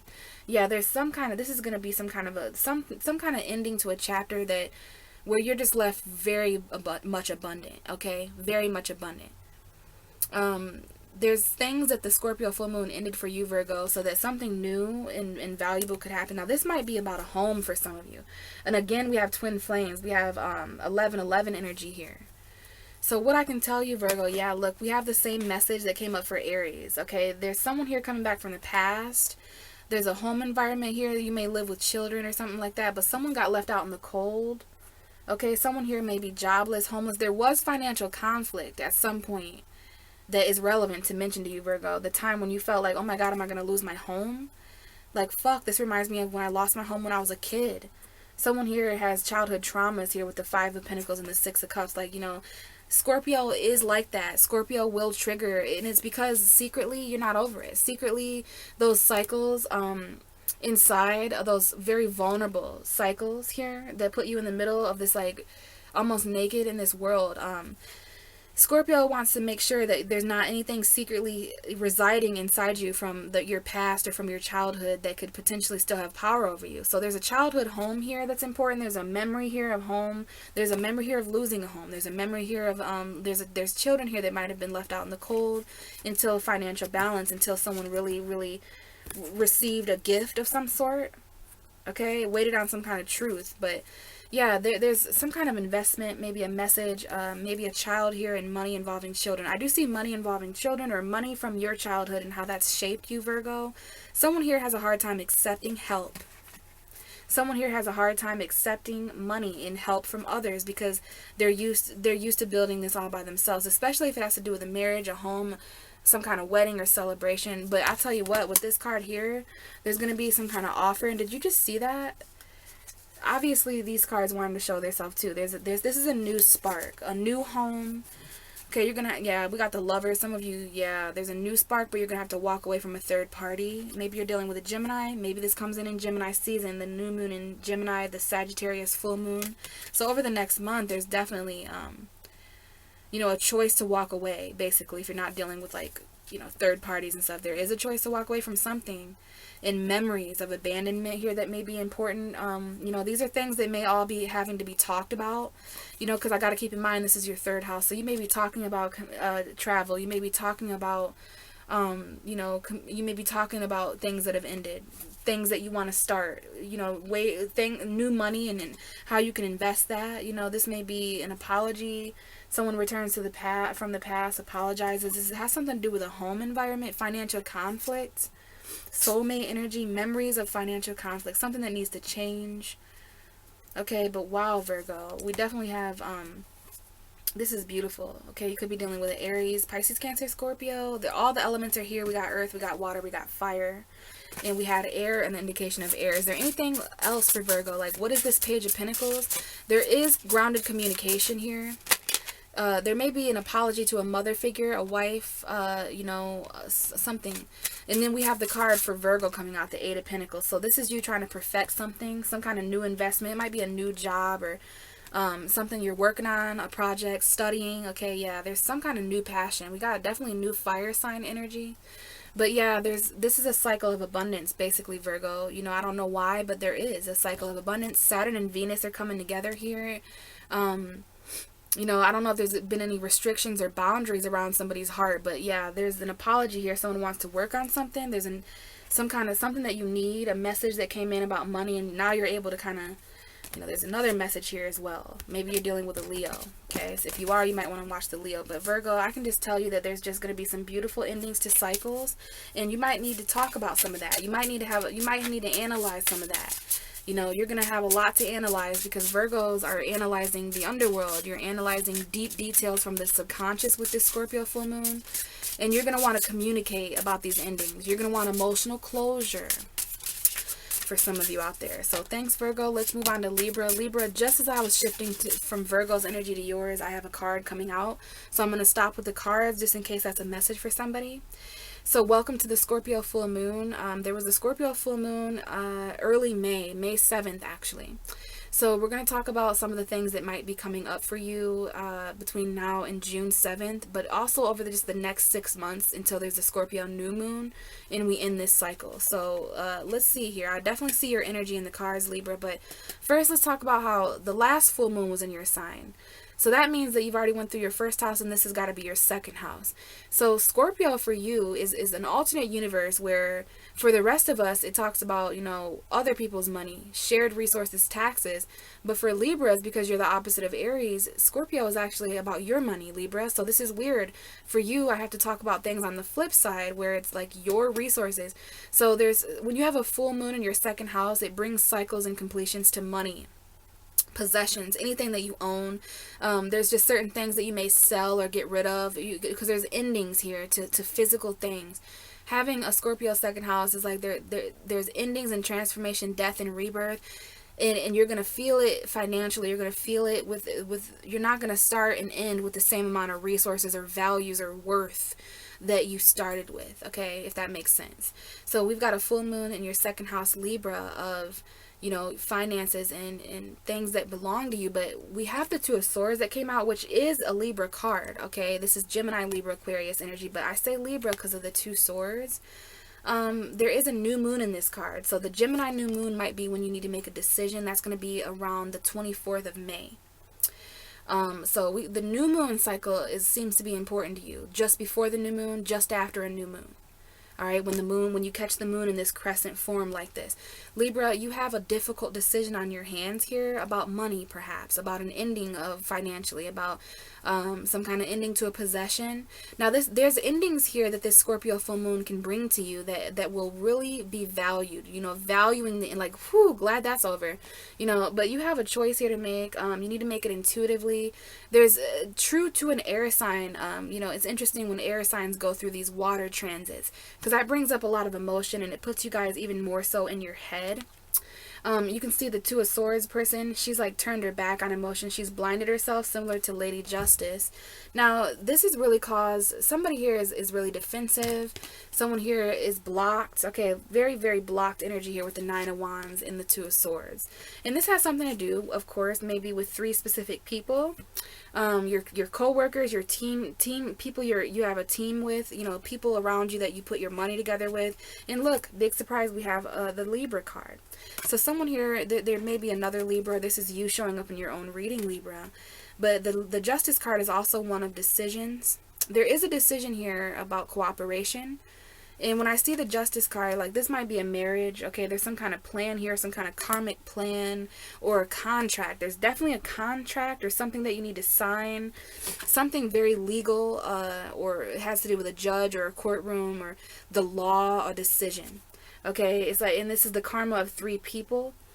Okay, this might involve a job. I don't know if someone here works in that kind of industry, but I can't ignore the fact that there's this Nine of Wands. Here's your battles that you're fighting, Libra, because, you know, Scorpio is ruled by Mars, so there's going to be certain battles that come up. And for you, it has to do with endings of what's yours and what's other people's. You need to draw that line. Maybe there's some kind of confusion or indecision, or maybe someone else isn't making a decision financially. I feel an energy of someone being held back here from a job or money. Someone here has fought a lot of battles at work or something like that. And there might have even been legal battles, okay? But I gotta get to this here, Libra. I don't know if there was someone who was married and cheating, if there's a divorce, because we have the Seven of Swords and the Ten of Swords. So, you know, like I've told everybody, there is this energy of secrets being exposed. And for you, Libra, it's coming up in your cards. So I do have to say, if you guys had suspicions, this might be you or the person you're dealing with. But someone here is trying to get away with something. Someone here is trying to go unseen. And because of this deception, this lie, there may have been some kind of ending. Okay, especially if it's involving a Taurus, Virgo, Capricorn, a Sagittarius. You know, we have both of those signs here. It might involve money or stability in some way. Someone here needs to stay patient, and there's something here about financial balance and being grounded. We have Aquarius showing up here in Pisces, Cancer, Scorpio. Definitely Pisces and Scorpio. Now, this may be revealed on the Sagittarius full moon in June 7th. Try to be as stable and patient as you can. There's going to be new feelings, but what the fuck is this, Libra? Seven of Swords, Ten of Swords, some kind of ending, some kind of painful deception, okay, cheating or lie that wound up ending things. And look at all the swords. This is definitely your energy, Gemini, Libra, Aquarius. You could just have this on your mind. Some of you, excuse me, some of you guys are trying to sneak out of a situation and avoid pain. You know, maybe if they don't see, they won't know. What they don't know won't hurt them, right? They're either saying this about you or you got that mentality, Libra. Now, I will say this card is right by you. So if this isn't your energy, Libra, someone here may be cheating on a spouse. There may be some financial deception or endings. Maybe there's an earth sign here. But no wonder there's some difficult decisions, okay? There may be some lying, karmic. Someone here is going to get their karma when it comes to lying or deceiving, okay? Because of all that, Libra, you know, you're not really sure who you'd like to work with. You don't really know who you want to put your money in with because you're defensive. You've fought a lot of battles and you've persevered. But, you know, I want to say real quick here, this is definitely a Libra battle.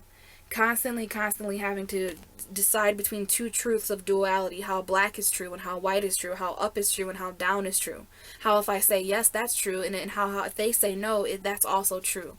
So there's some kind of cooperation that may help here when it comes to balancing out a battle between three people or something like that. That's just for some of you. Just be careful of the dishonesty. So let's get a little bit more here before we move on to the next sign. Now, why is the Two of Swords here for Libra for the Scorpio full moon? We have the Hermit. So you could be dealing with a Virgo, or this is something that you literally have to make up all on your own. Some of you guys are spending this moon cycle. There's going to be a time between now and the next 6 months, especially between now and June 7th, where you're just like, you know what, I need to go inward and reflect. I need to spend this time of solitude. This is like someone who's spending time in solitude with their indecision.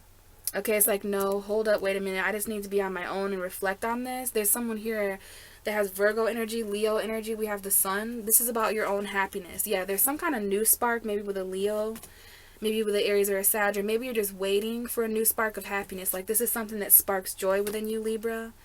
And some of you guys are waiting on, like, there's unemployment here. There's some kind of conflict. There's definitely an earth sign here, okay? Taurus, Virgo, Capricorn.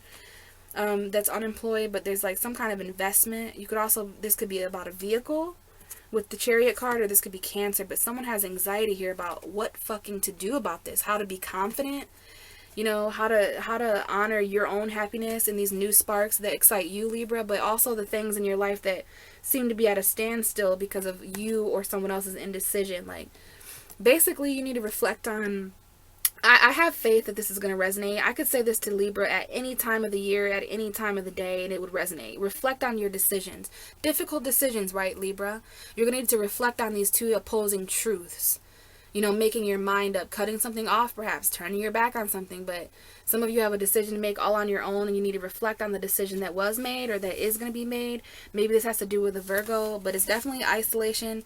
Solitude and deep inner knowing will help you, okay? Being this hermit, you're hermited with your thoughts and decisions, but there's definitely something here. Maybe someone here feels a bit lonely and confused. So yeah, Libra, you know, there may be something here that you need to decide financially on your own, what you're no longer willing to give to someone else, putting yourself first. There may be a child involved here. Okay, we got Leo, Virgo, cusp here, but new sparks, all right, maybe even sexual, but you're waiting on an investment. You're waiting on something to come to fruition. But I got to tell you, Libra, this is definitely about you valuing your alone time so that you can make up your mind with your own pace, all right? And again, you may have a decision to make about money or resources or something that you value, okay? All right, so let's move on to Scorpio. Hi, Scorpio. Welcome to the Scorpio full moon. Okay, we've got a card coming out. So I want to stop shuffling here until after I talk to you a little bit about what's going on. So May 7th, 2020, we had a full moon in Scorpio in your sign. The moon was completely filled with light. So the first week of May, we definitely had some intense, we had your energy come through, and I talked a little bit in this video about how intense and stable, emotionally pure your vibration is. So I know you guys are out there feeling differently. I think you guys feel good, but I think there's also some emotion that has also been brought up to the surface, so this is a first house full moon for you, Scorpio, especially you Scorpio risings watching. If Scorpio moon and Scorpio sun as well, but you want to watch for your rising to really know what's going on. So this is your first house of self, of personality, of how you show up in the world. You have a full moon there, so there's going to be completions and transformations. So this has everything to do with you ending, Scorpio. This is a you ending. This is you coming, how you're perceived by other people is no longer going to be the same. This is about being comfortable with showing your true emotion and and also, you're going through Taurus season, Scorpio, so there is a huge indication of your seventh house of relationships, other people, how other people see you, how you show up in the world intimately and vulnerably, Scorpio, without your shell, without having to protect yourself all the time.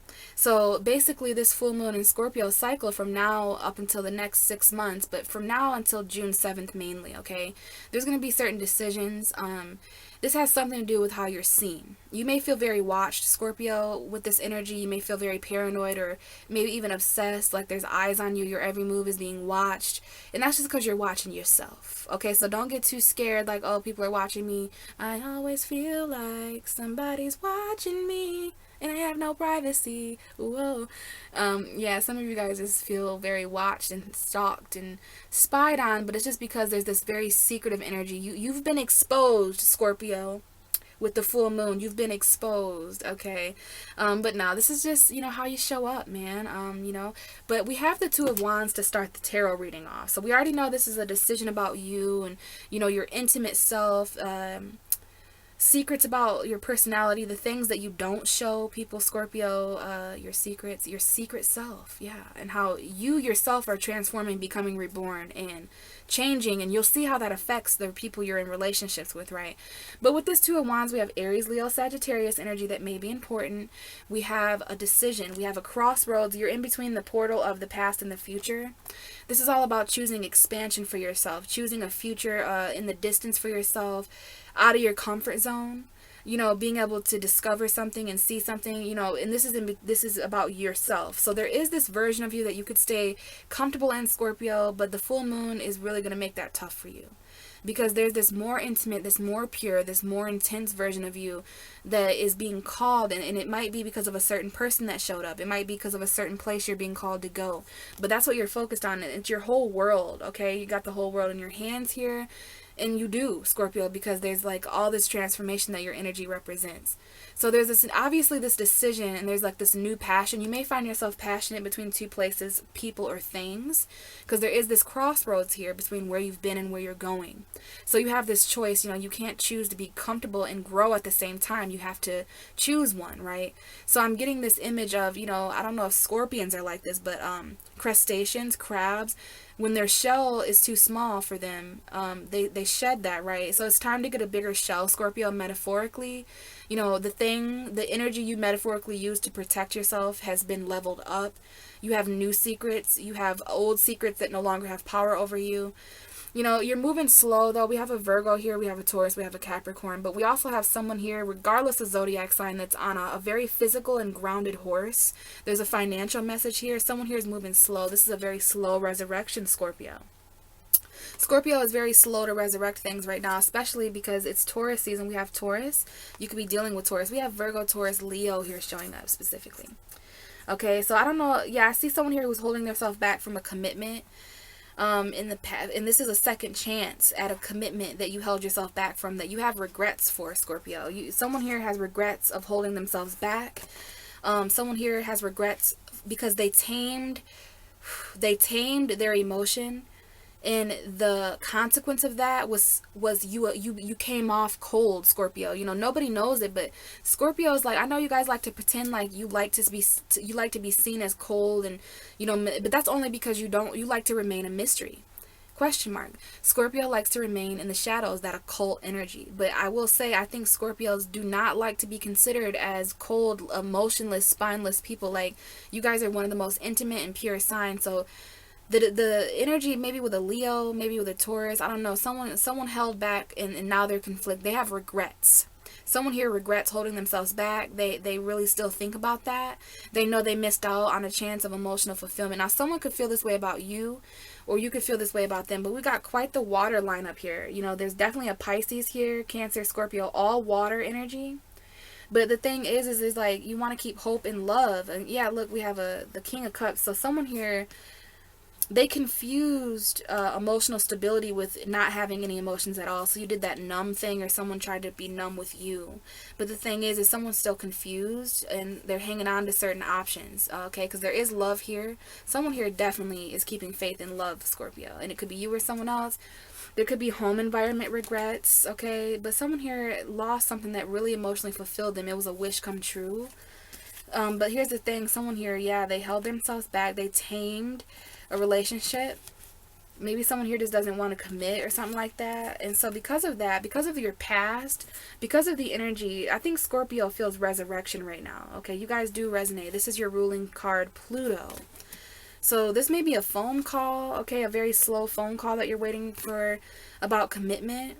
Because some of you guys are feeling called. You know, there may be a person, place, or thing that you once held yourself back from, a commitment or a belief, okay, because this is a priest. All right, this is advice from the underworld, okay, transforming.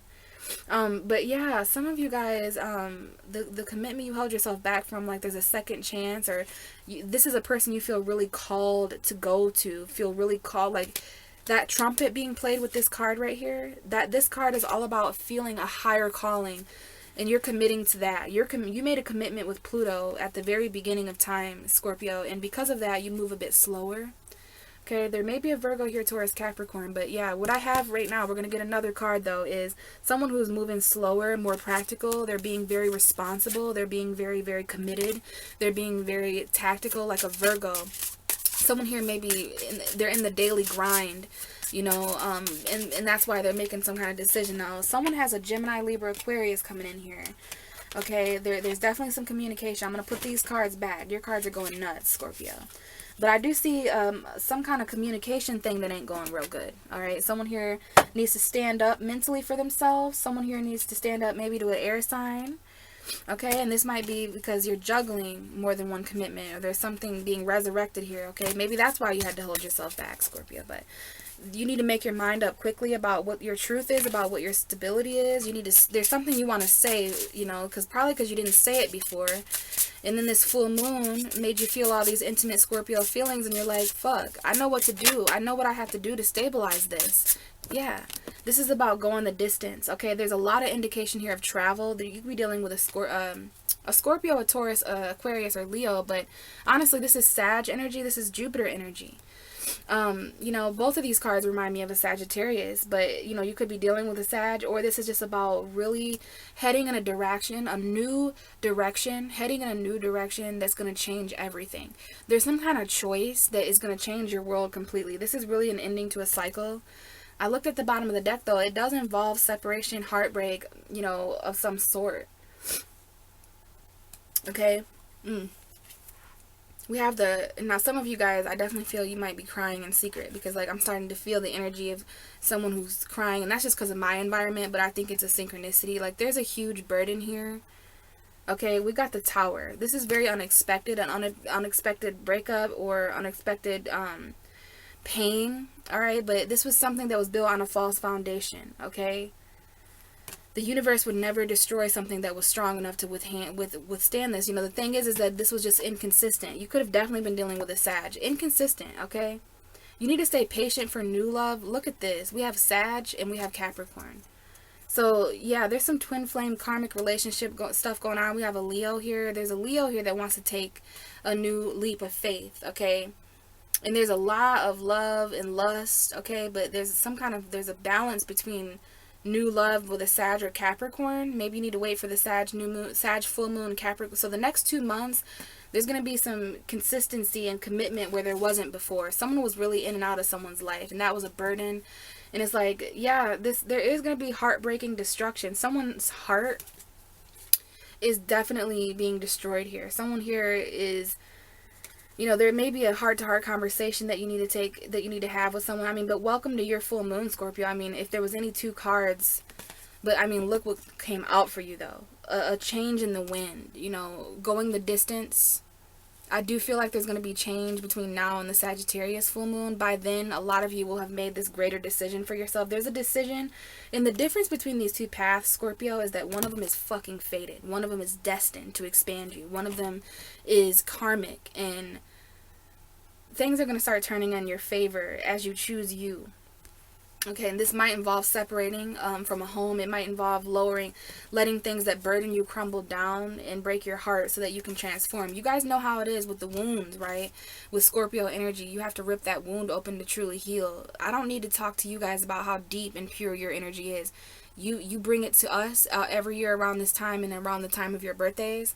So you guys know the underworld more than any of us. Like, you know that deep subconscious energy, and you know what it takes to truly be a person who's got their emotions under control, right, Scorpio?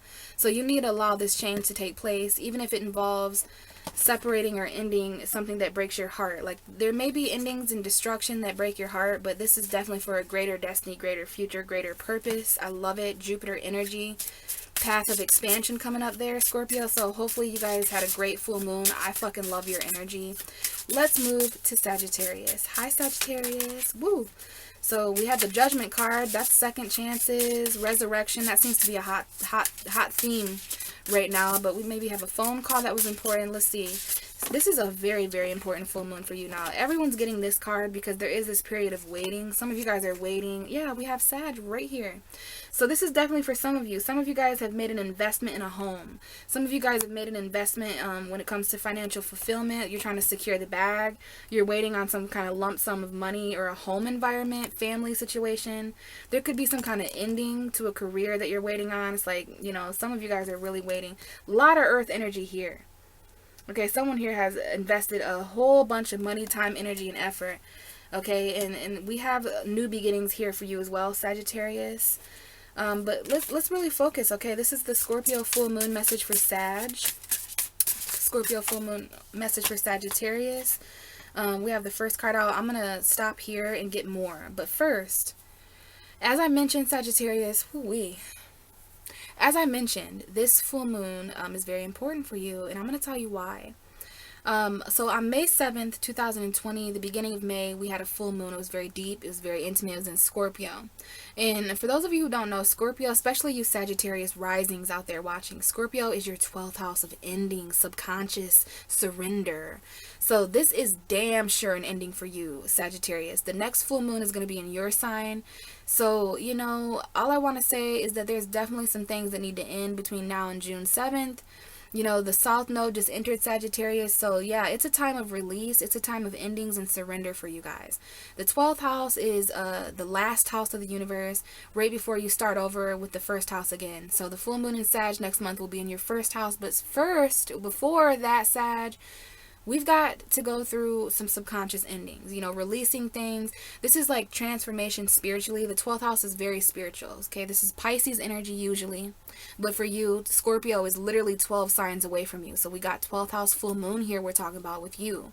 So when the moon is full in your 12th house, for one, it can be really hard to sleep. You could have crazy ass dreams. There's just a lot of endings and things going on behind the scenes because this is the house of, like, you know, the unconscious, dreams, spirituality. There could be illusion, delusion, confusion, deception, like, you know, but I love to see this. Basically, the fact that you have a 12th house Scorpio Sagittarius, it means that endings are real. These are real endings for you. Sagittarius low-key has the underworld in their 12th house. So your subconscious can get a little dark if you're not careful. Thank goodness you're blessed with optimism and, like, you know, good memes and being funny, you know, but it can definitely get dark here. And so this transit is basically bringing light. Now a new moon would be different, but this is actually a full moon, so there's a lot of illumination. You guys are going to know what needs to end And I mean truly end. Like, this is literally transforming the very, very end. It's definitely an ending for Sagittarius. I love this energy for you guys. So we get that right. Let's get to the cards. The first card out is the Two of Cups. So, you know, this could be definitely relationships energy. You know, we got some energy going on here. Now, this card came up for the Scorpio message in general. So I know that this full moon definitely has effect on our intimate relationship. It's because Scorpio gets us really in tune with our own feelings. So when we start feeling stuff, we're like, especially you, Sag, this is deep subconscious energy. Like deep intimate emotions that you keep in your subconscious, the emotion and feelings you have before bed. You know, this is why Sagittarius is always subconsciously sexual, because Scorpio is their 12th house. So there's just a lot of intimate endings, a lot of endings that are going to really hit you in your feels over the next, you know, couple weeks to 6 months. And for some of you, it's going to have to do with these strong emotional connections. As I was saying, you know, as we get to know ourselves, we're like, hold on a second, I didn't even know me like this. So I don't know if I can continue to connect with this person. This is either someone you are connecting with or an ideal situation that would be great. You know, Two of Cups, someone who has intimacy as well.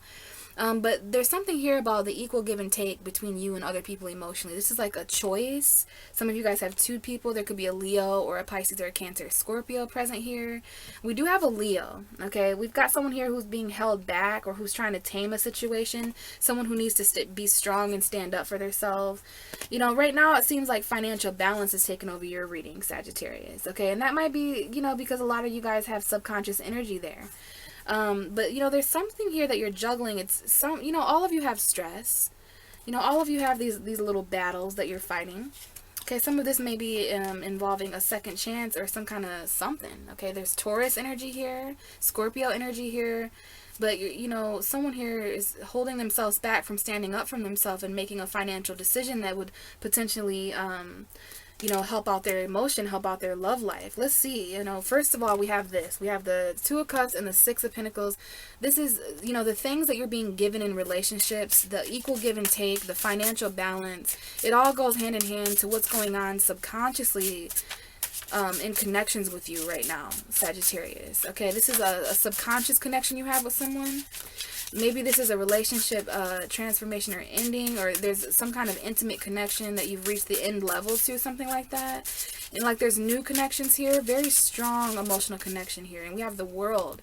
So I do feel that this is going to bring a cycle of subconscious relationship. This is about the intimate connections you have with people behind the scenes. It might not be right out in their face, but there's definitely this mysterious energy going on with you, Sag, where, you know, there's light in your 12th house of subconscious. So you're going to have the light of clarity that you need to end things. Okay, this might be a long distance lover. With the Two of Cups in the World, it's like there's two people here that are traveling. This is great. I have a message out there for someone, and this is great because you're a Sag, and Sages are all about travel. This is Saturn, by the way, and we'll get to that in a minute. But because the world is travel and it's the internet, someone here is in an online relationship. Someone here is in a long distance relationship where you guys really you're connecting intimately with people who you've never met before. You're very vulnerable, okay? But I want to say this is two people who can travel together. Like, how ideal for a Sagittarius. Two people that can come together emotionally in a strong way and like complete cycles. There's a chapter of relationships that has ended for you, Sag, but has also been ignited for you because of the North Node going into Gemini. I'm going to have a whole video about that, guys. But just know karmic relationships are huge here. There's a chapter here that's coming to a close. So for some of you, this is like, okay, now we're going to move in together. Okay, now we need to be boyfriend and girlfriend. Okay, like, so your love level is ascending to a higher commitment. For those of you out there who are single, you know what I'm saying? This is just a cycle of connections that is ending. And you will notice in the months to come that the connections you make now are like part of this new story. But very karmic as well with the Saturn card. There may be certain restrictions or boundaries in emotion that your subconscious is revealing to you. Some of you are dealing with Virgo, have Virgo energy. Some of you, this isolated energy of solitude is coming up here. You might feel a bit lonely, but you know, someone out there is actually alone in a tower. They're alone in somewhere that's destructing. Like, you know, someone here needs to reflect on something very shocking. Okay, this could be a very shocking ending to a chapter, okay? Where someone needs a traveler. I do see a long distance relationships. Maybe you met online. Okay, and now you guys are together, or maybe you're online and you want to meet together, but there's traveling restrictions right now with isolation and quarantine.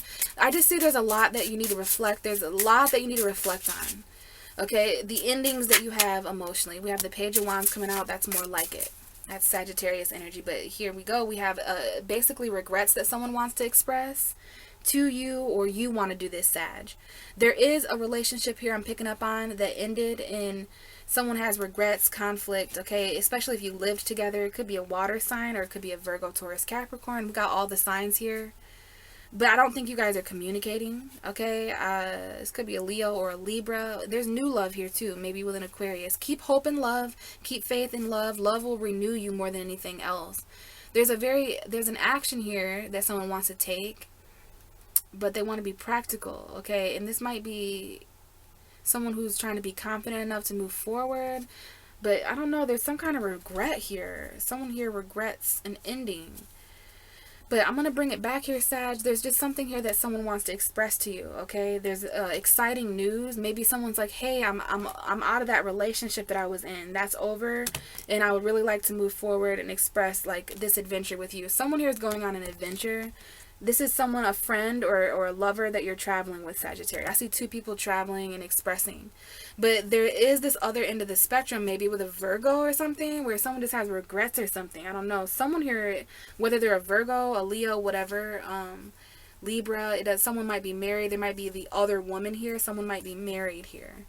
I'm just going to say there's a new love here. It might involve an Aquarius, but there's definitely, you know, either karma or balance, or someone here has a wife, yet they're attracted to someone else. I don't know. So that might be why someone's slow to take action, but someone here is definitely regretful or conflicted about what would truly emotionally fulfill them in a home family situation. There's regrets, something that just needs to change, but I do see that there's going to be just certain endings and cycles, whether that's good or bad. It's neither, Sagittarius, but please believe there are endings. And I think this has to do with the South Node entering Sag and the North Node entering, Gemini. Relationships are so karmic. There is cycles, there is long distance, there's travel, there's exploration, there's definitely a new adventure. This is an adventure, Sagittarius. And I think some of you guys may travel and meet someone when you travel. I don't know how this is going to play out. I love this for you, though. There is good news. There's a new adventure. Yeah, look, I just opened the deck to Sagittarius. You could be dealing with a Sag, Aries, or Leo, or there's just something you need to express. But I'm going to say, Sag, this is a full moon in your 12th house. So this is very deep subconscious energy. You know, you're pretty much asleep during this energy. I always say with people who go through 12th house energy, they're kind of asleep. So most of this took place behind the scenes. Most of this is taking place in a subconscious way. You're going to have to wait for the Sagittarius new moon for this to really kick off. But the energy is coming. This mutable change is coming, Sagittarius, and there is going to be new connections that you make, friendships, relationships, just really passionate connections. But first you have to go through this deep transformation, okay? You have to basically end everything, transform everything for show, for real. And then we're going to have new beginnings. So thank you so much, Sagittarius. Let's move on to Capricorn. Capricorn, hi. How's it going? So this is a message for the Scorpio full moon that happened the first week of May. It was May 7th, 2020. And we're going to talk about some of the changes taking place between now and, June 7th.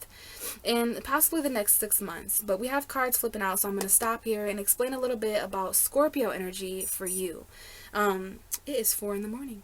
Little side note. Capricorn. So especially Capricorn risings, Scorpio and sun and moon, but watch for your rising sign, you guys. This is an 11th house full moon for you guys, for most of you guys out there. And this is the area of friendship, groups of people, and it's really weird. That energy is kind of affected right now because of the Rona. So crowds and groups of people and friendship, the community, humanitarianism, all very Aquarian energy. But yeah, so there could be endings to friendships that come up around this transit that is very important for you, Capricorn.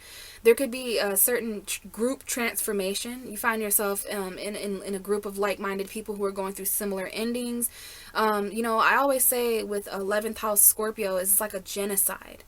And I don't mean that brutally or literally. I mean that in a metaphorical way where it's basically things are going to end in bulk for you, Capricorn. You may see things ending in friendships, relationships, in your home environment. It's collective transformation. You have this very death, intimate, and now I just want to say here, I know it's weird, but this is like an orgy energy as well, because we have like the 11th house of Scorpio, and that's, you know, sex and intimacy in groups of people. But that doesn't have to be sex or orgies. This is a metaphor, all right? But it's just, you know, a metaphor for getting together and getting intimate with a bunch of people, you know, coming together intimately and you know, forming intimate friendships is coming up here, Capricorn. Now the full moon is going to end certain relationships with now it's all relationships, but I want to really mention friendship here for you, because the 11th house where this full moon is for you is really in your friendship house. So, you know, intimate friendships, very important to Capricorns. Didn't realize that, you know, being able to create friendships with people who you also feel emotionally secure with. So, you know, needless to say, if there's some not so good friends in your environment, the Scorpio full moon might come in and expose secrets. You may realize that you never had a friend in a certain person, but then a few months later or in the future sometime, you may be able to, you know, connect. You know, when that energy leaves of that person, place, or thing that was not collectively intimate for you, once that ends and is reborn, that energy is now going to be available for a true, raw, and emotional connection. Okay, so just keep in mind, this is very collective. This is happening in the form of a group, you know, endings that take place. But let's get to the tarot cards. We already know this is 11th house. You know, not all of you are going to resonate with that because of your rising, but the tarot cards I do have faith in. So this is something, message for all of you. This is the King of Pentacles in reverse. For some reason, the King of Pentacles reversed itself. So it's interesting, you are the King of Pentacles, Capricorn, whether you're a female or a male watching. This could indicate another Virgo, Taurus, Capricorn, or someone who is also grounded in, when it comes to element, but this is someone who's not feeling as grounded as I'd like to admit. The King of Pentacles in reverse is someone who's not stable, not secure, and this could be an earth sign from the past that is relevant. There may be a Taurus, Virgo, Capricorn from the past that is relevant. There may be finances, value, worth, or tangibility, something that you considered a possession of yours, a job, a home, something that you bought or sold, like that physical energy, something from that in the past. Because just for me as a reader, when I get cards in the reverse, it's always, you know, indication of the past, or you know, you basically want to explain the card in the reverse. So some of you may want to actually research for yourself if you want. You can research the King of Pentacles in reverse to get a fuller message for that, but I'm going to be intuitive and trust my relationship with the cards and kind of to see what's going on. I just feel someone who's unstable, someone who maybe their finances or their wealth or their pocketbook isn't exactly where they'd like it to be around the time of the Scorpio full moon. Keep in mind, this is in your 11th house, so if you have any you know, this might be an earth sign friendship with a Taurus, Virgo, Capricorn, or maybe this is a friendship that isn't as stable. You know, the King of Pentacles in reverse is definitely, there's an energy here of a lack of stability. This is Taurus energy. You know, Taurus season is your sister sign, Capricorn. I know for sure it revealed to you what you really had. You know, where you were stable and where you weren't. Now, see, there's an energy here of, you know, the Fool card is a risk. Someone who wants to take a new beginning, jump off the edge of a cliff and hope they fly. But here's the issue, is that you haven't secured the bag yet. And for a Capricorn to take a metaphorical leap, to take a financial leap like this, to do any new thing without being able to see clearly, that's going to be the energy of the moon. Now, some of you may be dealing with a Pisces or a Cancer, or maybe this is about the actual full moon. This is a moon of a new beginning. You know, we got Uranus in the moon. We got Pisces, Aries energy. The Pisces, Aries cusp may be important. Uranus in the moon. Now, there's just something here. You're jumping into the unknown here, Capricorn. Can you see how that Fool is literally jumping? Now, this may be a new beginning that you take at nighttime, or maybe it's a secret. The moon is secrets. Okay, and that might be why this is a risk, because you can't see clearly. And to make it even worse, if this is your energy, the King of Pentacles in reverse, you're not feeling stable enough or financially secure enough to leap in a certain direction. And you know, you're going to be feeling this slowly throughout the next 6 months, that there's an energy here beneath the surface that's being hidden. And it's actually causing somebody a little bit of conflict, having to stand up for themselves. You're trying to juggle all that you can, but you're really stuck in your mind, perhaps about a financial decision. But let's really see. Why is the King of Pentacles in reverse for my Capricorns? Now, okay, we have the Nine of Swords. Someone here is very, very anxious. Someone here is up at wee hours of the night during this Scorpio full moon. Someone here may have nightmares, and it might involve a child. It might involve an Aries, Leo, Sagittarius. There's something that you want to express, get off your chest. There is good news coming in, Capricorn, with this Scorpio full moon. So between now and June 7th, there is good news coming in. It's going to be the news of a new beginning. It's going to make you feel good, look good, express yourself in a good, creative, enthusiastic way. It might be a travel endeavor. Okay, this might be something expressed to you online, but we have your ruling planet, Saturn. Saturn is retrograde, okay? That's a topic for a different time. But those of you guys who are having anxiety, maybe about a fire sign or about, you know, somebody expressing something that's over, you guys are anxious about expressing an ending to somebody. Okay, let's get more on this, because someone here is just anxious. Like, there's something here that someone wants to express, but they know if they do so, or if they go somewhere, it's going to cause some kind of ending. And we got the Two of Cups to clarify that. Some kind of relationship here, okay? There's definitely some boundaries, and maybe there's a third party or something, but you have a choice. Someone here has fought many, many battles, and we've got the Tower here. You know, this has been a common theme for the Scorpio full moon, is that there's burdens unexpectedly releasing. That's the energy of Scorpio. Scorpio will straight up kill something. Scorpio will kill the last thing you had keeping you alive. And that's a metaphor. So if your relationship is the last thing you have in your life that keeps you alive, but it's not real, it's not true, it's not authentic, Scorpio will kill that yesterday. Like, they're not going to save any time.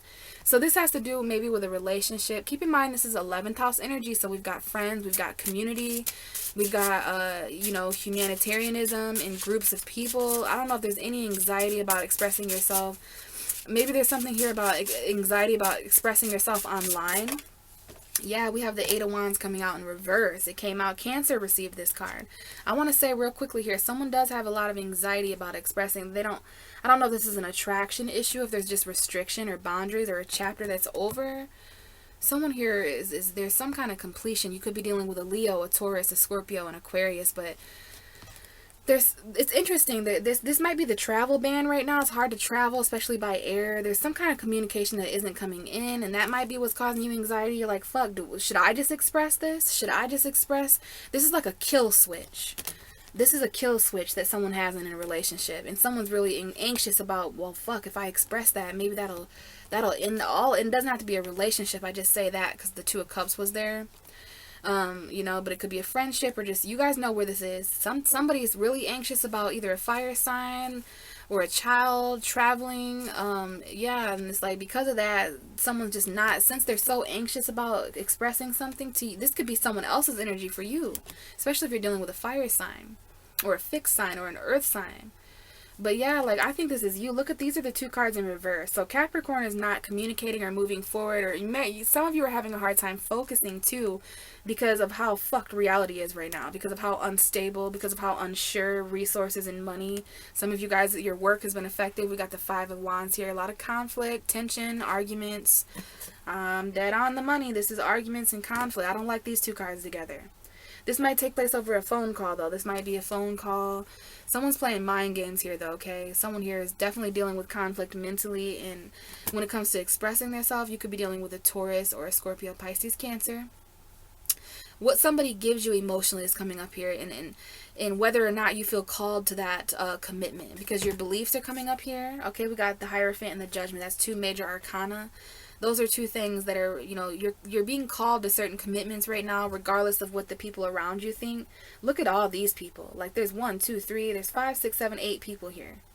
5 plus 3, 8. So I don't know what's going on there, but this is what I'm going to say, Capricorns. There's certain things you're not able to move forward with and take that risk and jump into that new beginning because you don't have the money yet. You know, you guys like to plan things, and if you can't see clearly, you know, then why communicate? There may be somewhere you don't go, but you didn't travel, you can't go, you can't communicate, you can't focus because of these two cards being in reverse. This is the message, honey. This is the message for you guys. Now, there may have been communication in the past that is important here. Travel in the past. Somewhere that you traveled in the past. It might not be a long distance, but just keep that in mind. So some kind of money in the past, or stability or hard work in the past where you communicated. Some of you had to travel for work, and that's not, now you can't. Like, there's no traveling or money now. Okay, so that's obviously causing conflict. Let's get you one more, Capricorn. I want to know specifically. Oh, okay. Well, we have the Lovers coming out. This is kind of like your Devil card, but only, you know, a connection. Gemini energy. Maybe this is about Gemini season, Gemini North Node. We have the Seven of Swords. Okay, so there's definitely something here where someone maybe doesn't want something to be found out. Someone wants to be seen, wants to be unnoticed. They want to get away with something. Could be a third party, a choice, a long distance lover. You know, maybe someone doesn't have enough money to travel to someone here. Maybe someone is stopped communicating with you, or you stopped communicating with them because there was a third party. Probably a Gemini, Libra, Aquarius. There was lies and deception, and there's going to be an apology. Some of you guys, there's a wish here for an apology with there's an offer here to an air sign or just communication.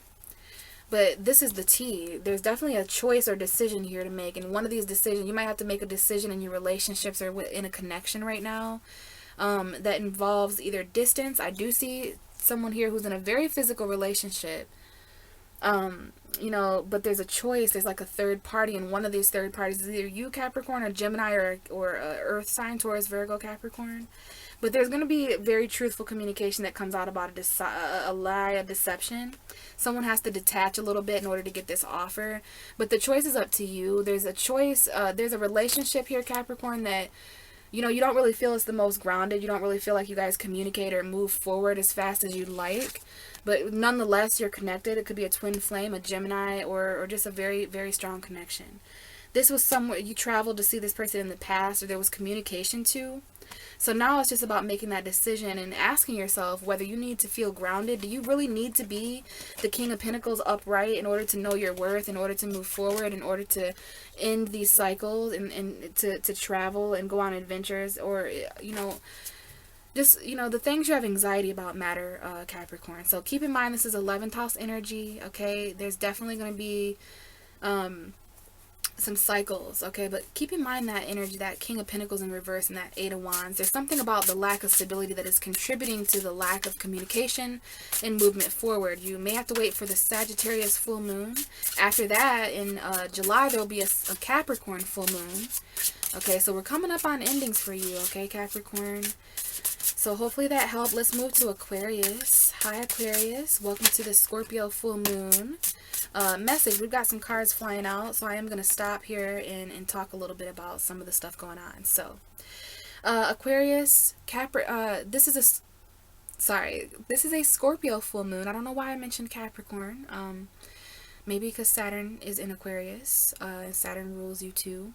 Or you could be dealing with a Capricorn, or you might have Capricorn energy. But yeah, Aquarius, this is Scorpio full moon energy. It happened on May 7th, 2020. So the beginning of May, we started the first week of May with a very deep and intimate Scorpio full moon.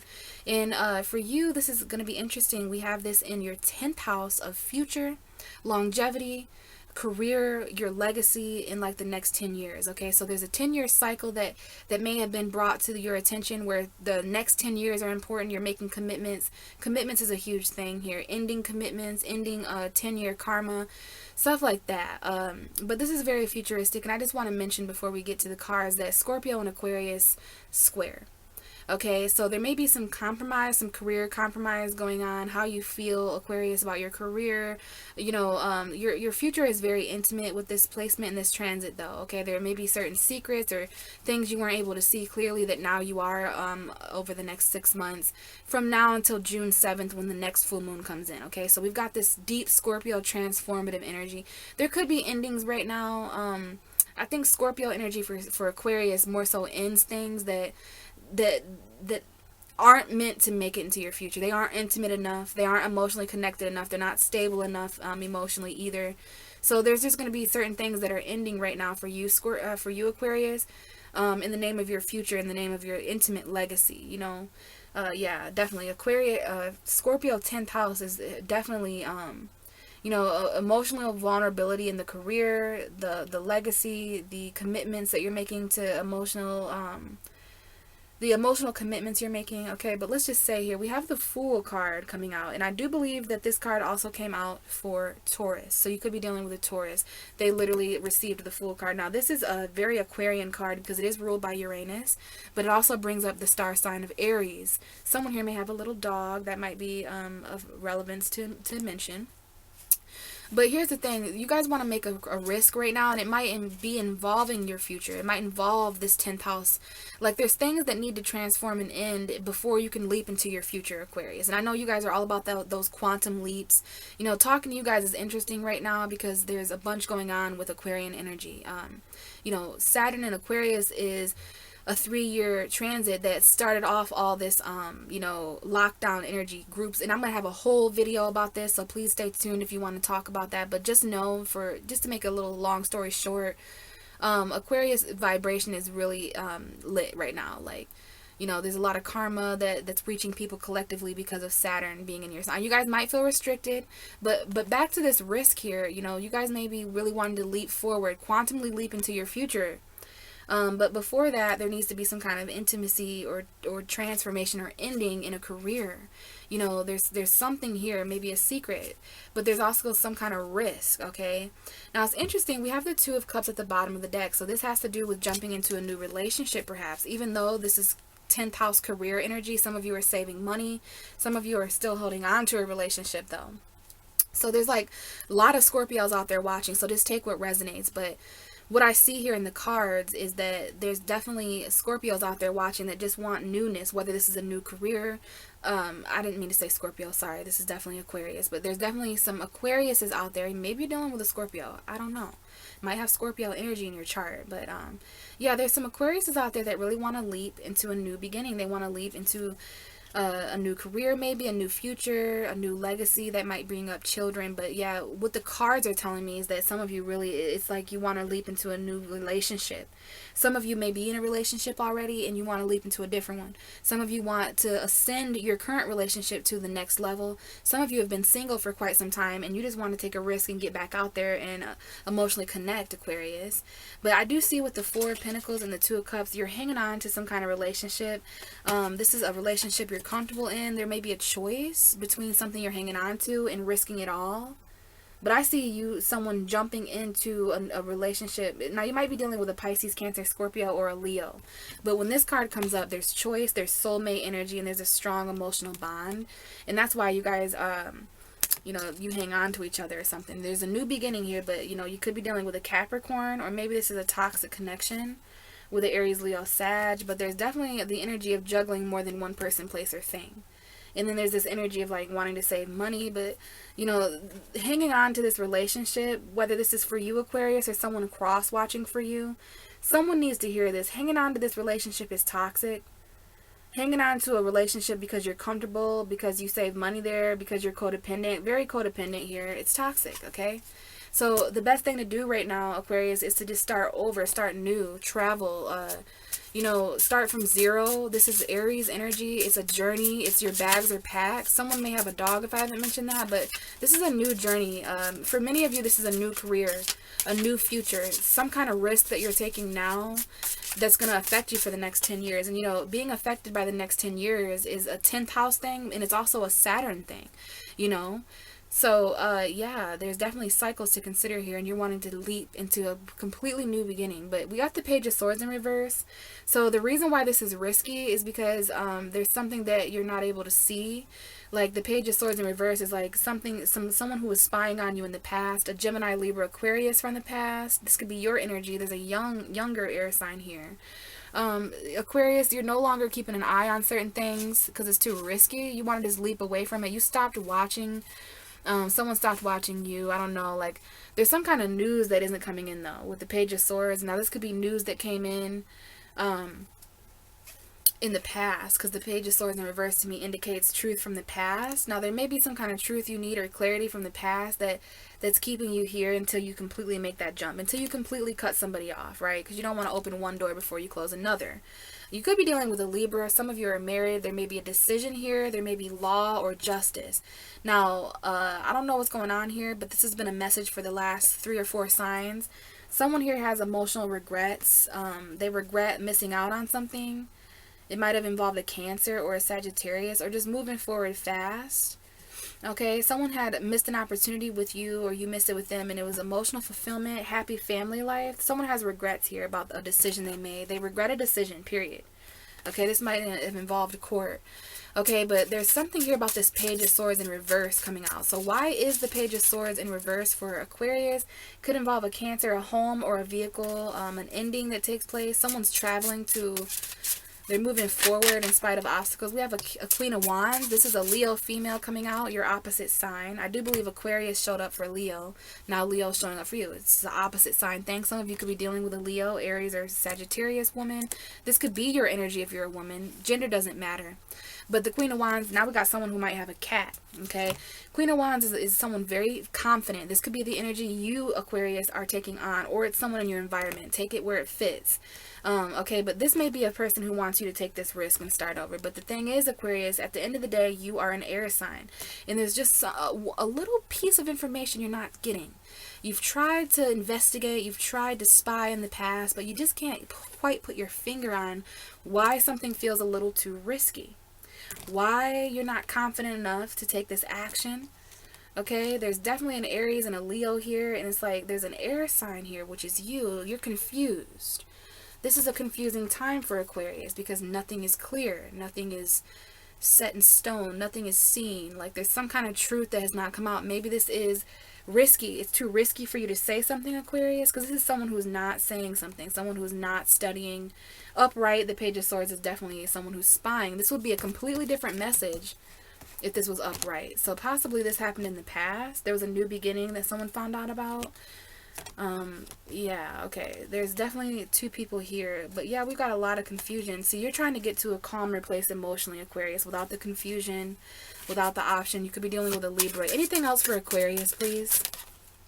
Yeah, you guys are trying to heal, so you've stepped back mentally. You may notice yourself communicating less, Aquarius, or again, this is someone who is communicating less with you because you're coming off as the Page of Swords in reverse. Someone here desperately needs to find a new way to communicate. We have the Eight of Wands. Okay, there is going to be messages. I know you're waiting. This moon has something to do with it. It could be a Pisces, Cancer energy. But what came out is the Four of Swords. So you need to take some time to think about what you said. Wow. Someone here needs to take some time to heal from what was said in the past. Some spying, a secret, a truth that came out in the past. Okay, when it comes to either a fire sign or, you know, some kind of action that you'd like to take, a leap of faith. And it's going to take confidence, okay, for you to leap in. You're going to have to be more like your opposite sign, Leo. Focus and just go for it. You know what I mean? You could be dealing with a Sag as well or an Aries. But I feel this is your message, okay? Remember, this is your 10th house, so you're waiting on some kind of piece of information because, you know, the people you're dealing with, Aquarius, they're gonna have to understand that for you, facts are intimate. Okay, and it's like your future is based on intimacy. So if you don't feel emotionally stable about something because you haven't quite healed from the truth or something like that, or there's some kind of lack of information, missing piece of information that is contributing to you not being able to heal. Maybe this is like a closure kind of thing. All right, but I just feel like someone here can finally rest and sleep because they're no longer being watched. Like, I don't know what that's about, but it's still a little bit risky to move because you still feel watched. I don't know what's going on with that, Aquarius, but again, I'm going to say there's just some kind of information that may be keeping you from healing as quick as you wanted to. All right, a lot of air energy here, but you need to just kind of, this is about being able to rest without some kind of piece of information at night. You know, like the unknown, some kind of missing detail, like you can't quite put your finger on it, but you just need to give yourself some time. Like whatever information you're trying to figure out, Aquarius, with this, you know, it's interesting. Aquariuses are very robotic and strange. So when you mix strange, Aquarius, with occult, Scorpio, it's like very weird, you know, like, so I think you guys kind of like this energy. No wonder it affects your future. All right, so just rest on it, Aquarius. Okay, I'm going to show you these cards again. I know you guys are trying to take this leap of faith with the Fool, but it's like, I don't know how important this truth that you're resting on is, okay, or something, some kind of fact in the past. You're like wondering, let me sleep on that before I say that, or let me sleep on that before I really figure out if that's true. Like, you might need to do some praying. Someone here is praying for an answer. They're praying for clarity, and it might involve a job, a career, the future, a home environment, relationship, what have you. So hopefully that helped, Aquarius. Remember, there is compromise here with you and Scorpio being 90 degrees apart. So just keep that in mind, that you're going to have to meet some people halfway, okay? All right, last but not least, hi Pisces, how's it going? Welcome to the full moon in Scorpio video. What is the Scorpio full moon message for Pisces? Okay, we got some cards coming out. There's one card that came out, and I'm gonna take it, and I'm also gonna get some more cards soon. But first, I want to talk to you a little bit about where this full moon is happening at, Pisces. Now, you know you're a water sign, guys. We're water signs. Scorpio is water. So I don't know about you guys, but around the time of May 7th, when we had this full moon, the first week of May was very, very deep. I went on a journey. I was definitely feeling like I was on the edge of tears all the time. You know, Scorpio energy isn't always actually releasing the tears. It's more so sitting with intense emotion. You know, Pisces is mutable water, so our water is always moving. Scorpio likes to still things down, let it settle to the bottom, and only stir it back up during deep, for only trusted people. Pisces is like, here's my emotions, here's what scares me, here's my fears. And Scorpio is like, let me not reveal everything. So we got to find that balance, Pisces. But this water, definitely, I can see in the cards already that it has affected us. Let's talk briefly about where Scorpio is, especially you Pisces risings watching, but Pisces sun and Pisces moon as well. Please watch for your rising sign if you know it. It will resonate far more than your sun. So Pisces, Scorpio on the zodiac wheel is 9 houses away from us. So this energy hits us in a way where it's like, what can I learn? You know, Scorpio really invokes that knowledge energy, that long distance travel. It's really a sucky time to go through 9th house Sagittarius energy. You know, any energy like that, because we can't really travel or adventure right now. You know what I mean? So yeah, some of us could definitely be feeling that energy of wanting to go the distance, but emotionally.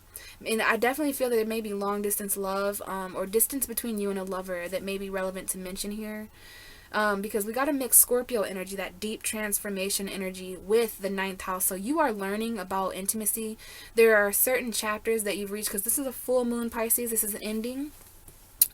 So there is an intimate closure here. There's an intimate closing of a chapter where you may no longer have anything to further learn about intimacy, sex, or emotion with a certain person, place, or thing in your life. This is ending cycles of what you've learned over the past 6 months.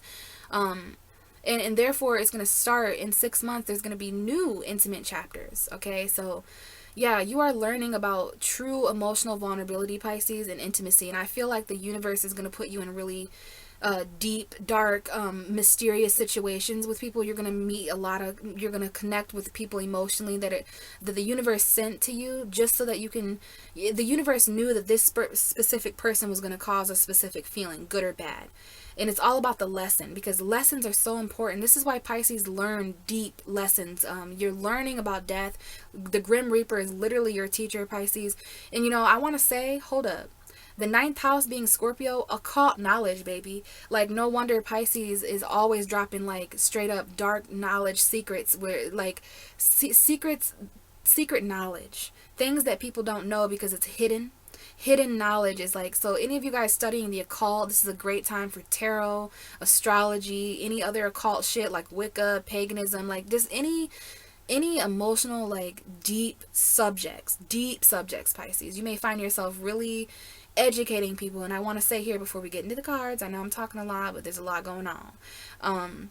What was I going to say? Scorpio is also our beliefs. The 9th house is our beliefs. And Pisces, I don't have to remind you that we are already ruled by Jupiter as well as Neptune. So our spiritual beliefs are so important here. This is about, you know, our very deep and emotional, what we believe about emotion and how we're willing to move forward, expanding on that. So there's a lot going on with just this moon simply being in our 9th house, Pisces. What can you learn / what can you teach about this transit? Because guaranteed at the end of this cycle on June 7th, and even 6 months from now in Scorpio season, you'll be able to look back and be like, wow, I learned so much during this time period. Through being intimate, through expanding myself and my emotional vulnerability, going the distance, like, and you know, there's also emotional stability that can be tapped into here. And speaking of that, we do have the King of Cups. So we do have a water sign present. This could be us, Pisces. This could be Scorpio. This is a Scorpio to me first and foremost. But, you know, King of Cups is literally all that bullshit aside of Zodiac and gender. The King of Cups is a card, a vibrational match to emotional stability. Look at what we're obtaining, Pisces. We're able to sit, you know, I love the Pisces and the Scorpio connection. And I love Cancer too. All of us water signs have our different superpowers.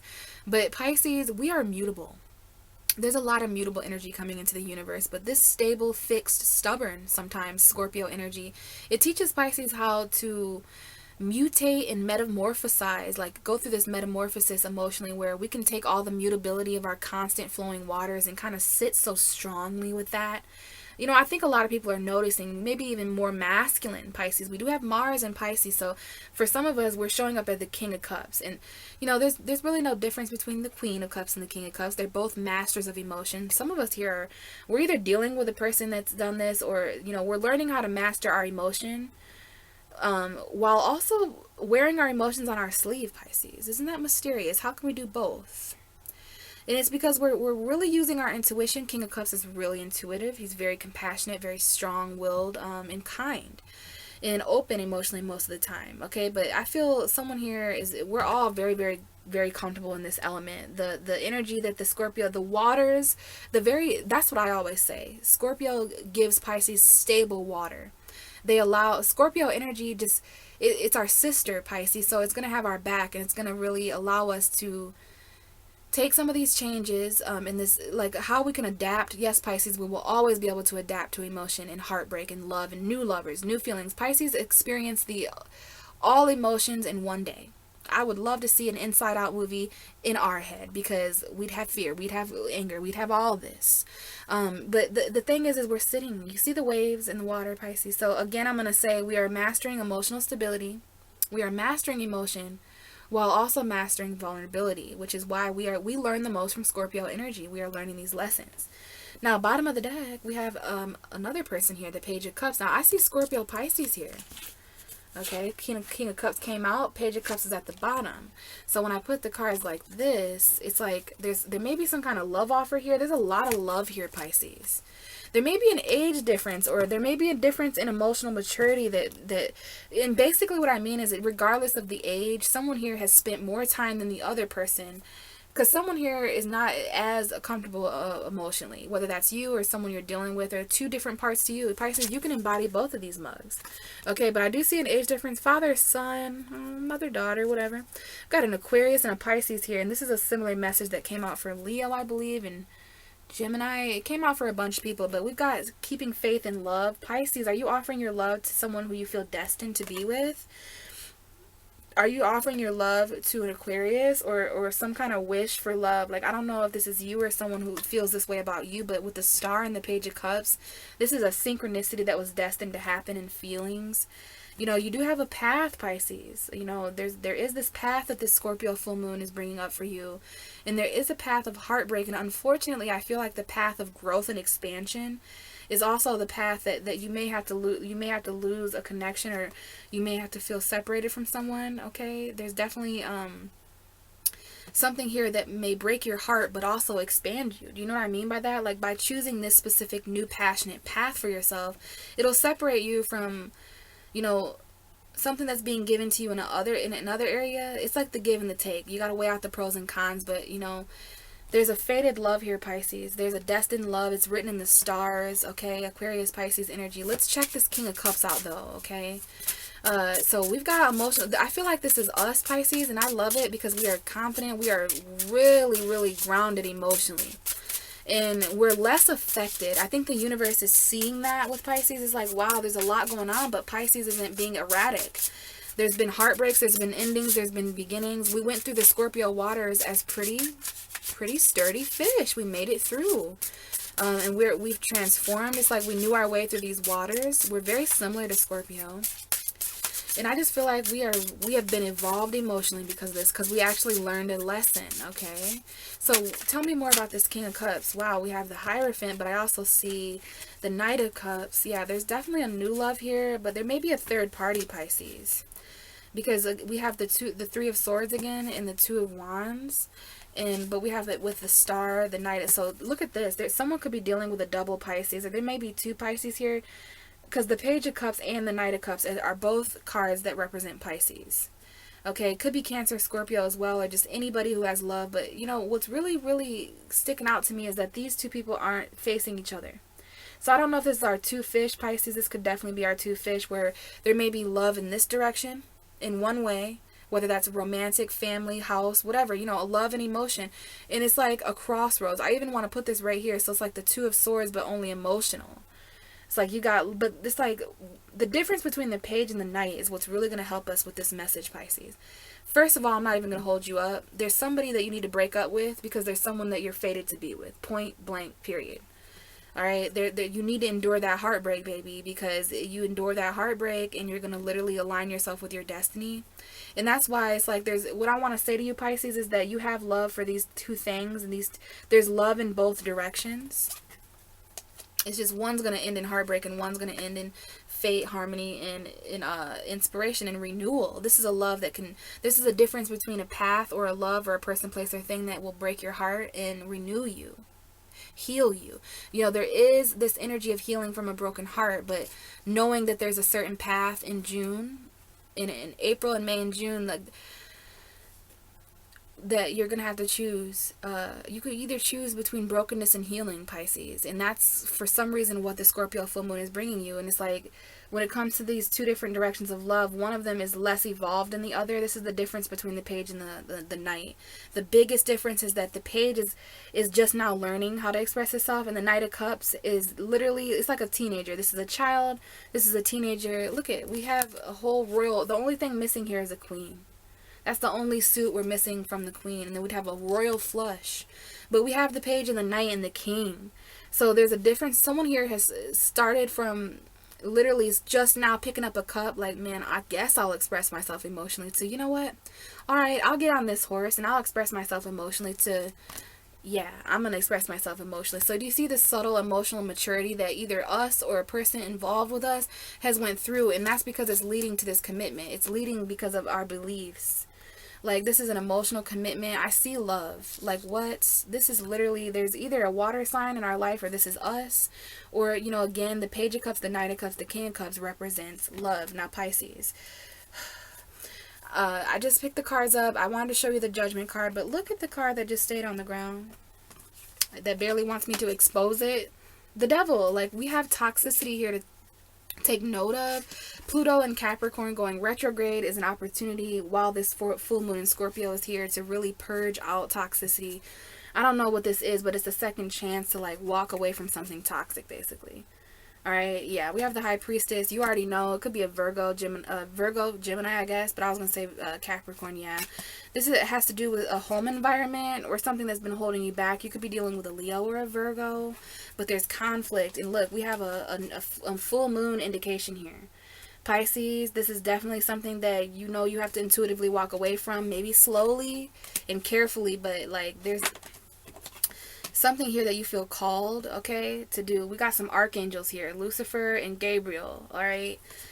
So, yeah, you're going to have a second opportunity to walk away from something, maybe at nighttime, maybe secretly. There is secrets here, okay? And I don't know what's going on, but we got the Devil here, all right? The Devil was at the bottom with the Three of Wands. So this is something you can see in foresight. You know, toxicity, addictions, codependency, whatever it is, all things that you need to take into consideration that you've learned in Taurus season now. There's definitely love and commitment here. This is emotional commitment. Pisces has learned, you know, that we've learned so much about ourselves and about life and about who we want to be with. In Pisces, we just know our love. We know the love we have to offer. So we were making really sure that the people, places, and things that have access to us are also coming on the same note. They're coming with the same energy. Keep that same energy, because I'm only destined for this kind of shit. This is great. Like, the stars are all love for you, Pisces. It's just you got this direction that you need to turn into in order to get this. Isn't that what it always is? That's how it always is, Pisces. Is, you know, it's kind of like Romeo and Juliet. Like, it's just like the path that breaks your heart. But what I can tell you is that you just need to let it resurrect. Answer the phone. Answer the call, Pisces. Answer the call. Because, like, literally you're being called.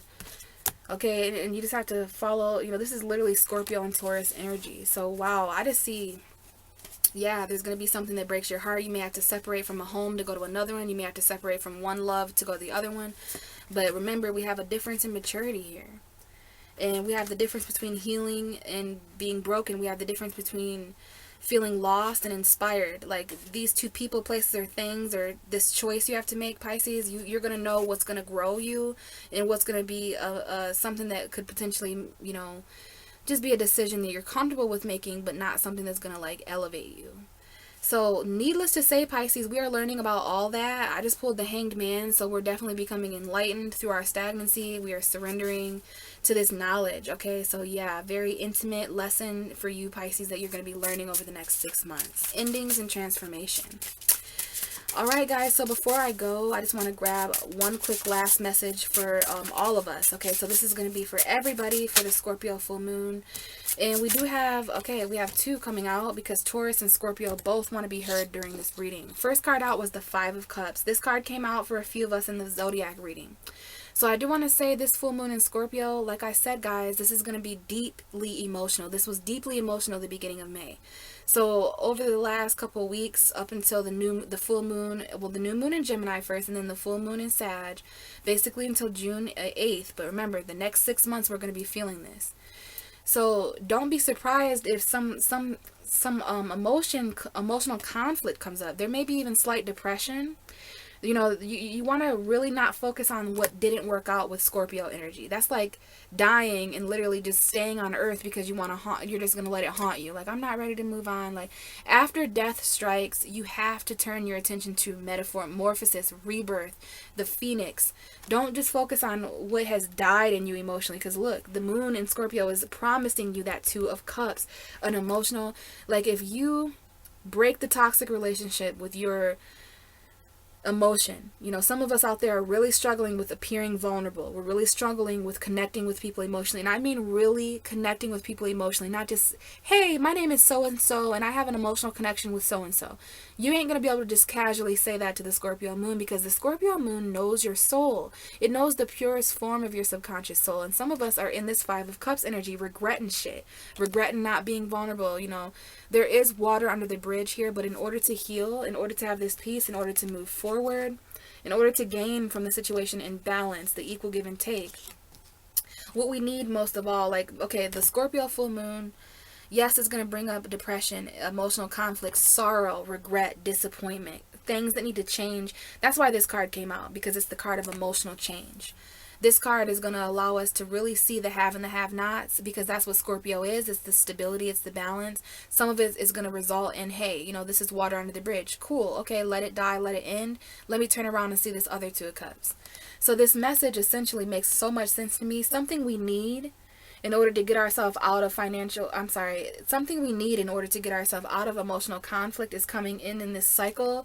You know, we've been waiting for it. We've been waiting for this message. We're basically resting until it's time to go, is what I hear very clearly. But this is Taurus, and this is Scorpio energy. Scorpio is going to highlight where we're emotionally conflicted, and Taurus is going to give us new worth, new value, okay? New beginnings, even though we're conflicted emotionally. You know, it's about valuing ourselves enough to, and I don't know if I finished my thought, but like, if you end a toxic connection with yourself, the universe is going to reward you with a beautifully intimate, emotionally reciprocated connection that is pure. Oh my God. I'm so happy that I was able to talk to you guys tonight. With this full, oh God, I avoided this for so long, but you can't avoid death forever. All of us are going to have to face our fears. I know it's very procrastinating energy right now. It's very hard to find motivation. There's a lot going on in the planets, but I truly hope that those of you who listen, gained some sort of knowledge and, you know, some kind of message here. All right. So please do reach out to me if you need anything, if you need to talk, if you want a personal reading. But I love you guys. Thank you so much for watching, and I will catch you on the flip side. Well, basically in the Gemini new moon. Okay. Gemini new moon. 5 of Swords, 5 of Pentacles just came out, so I know some of us are gonna feel a little abandoned and left out in the cold too. But we'll talk about all that again in a next time. All right. Oh my God. Bye, guys.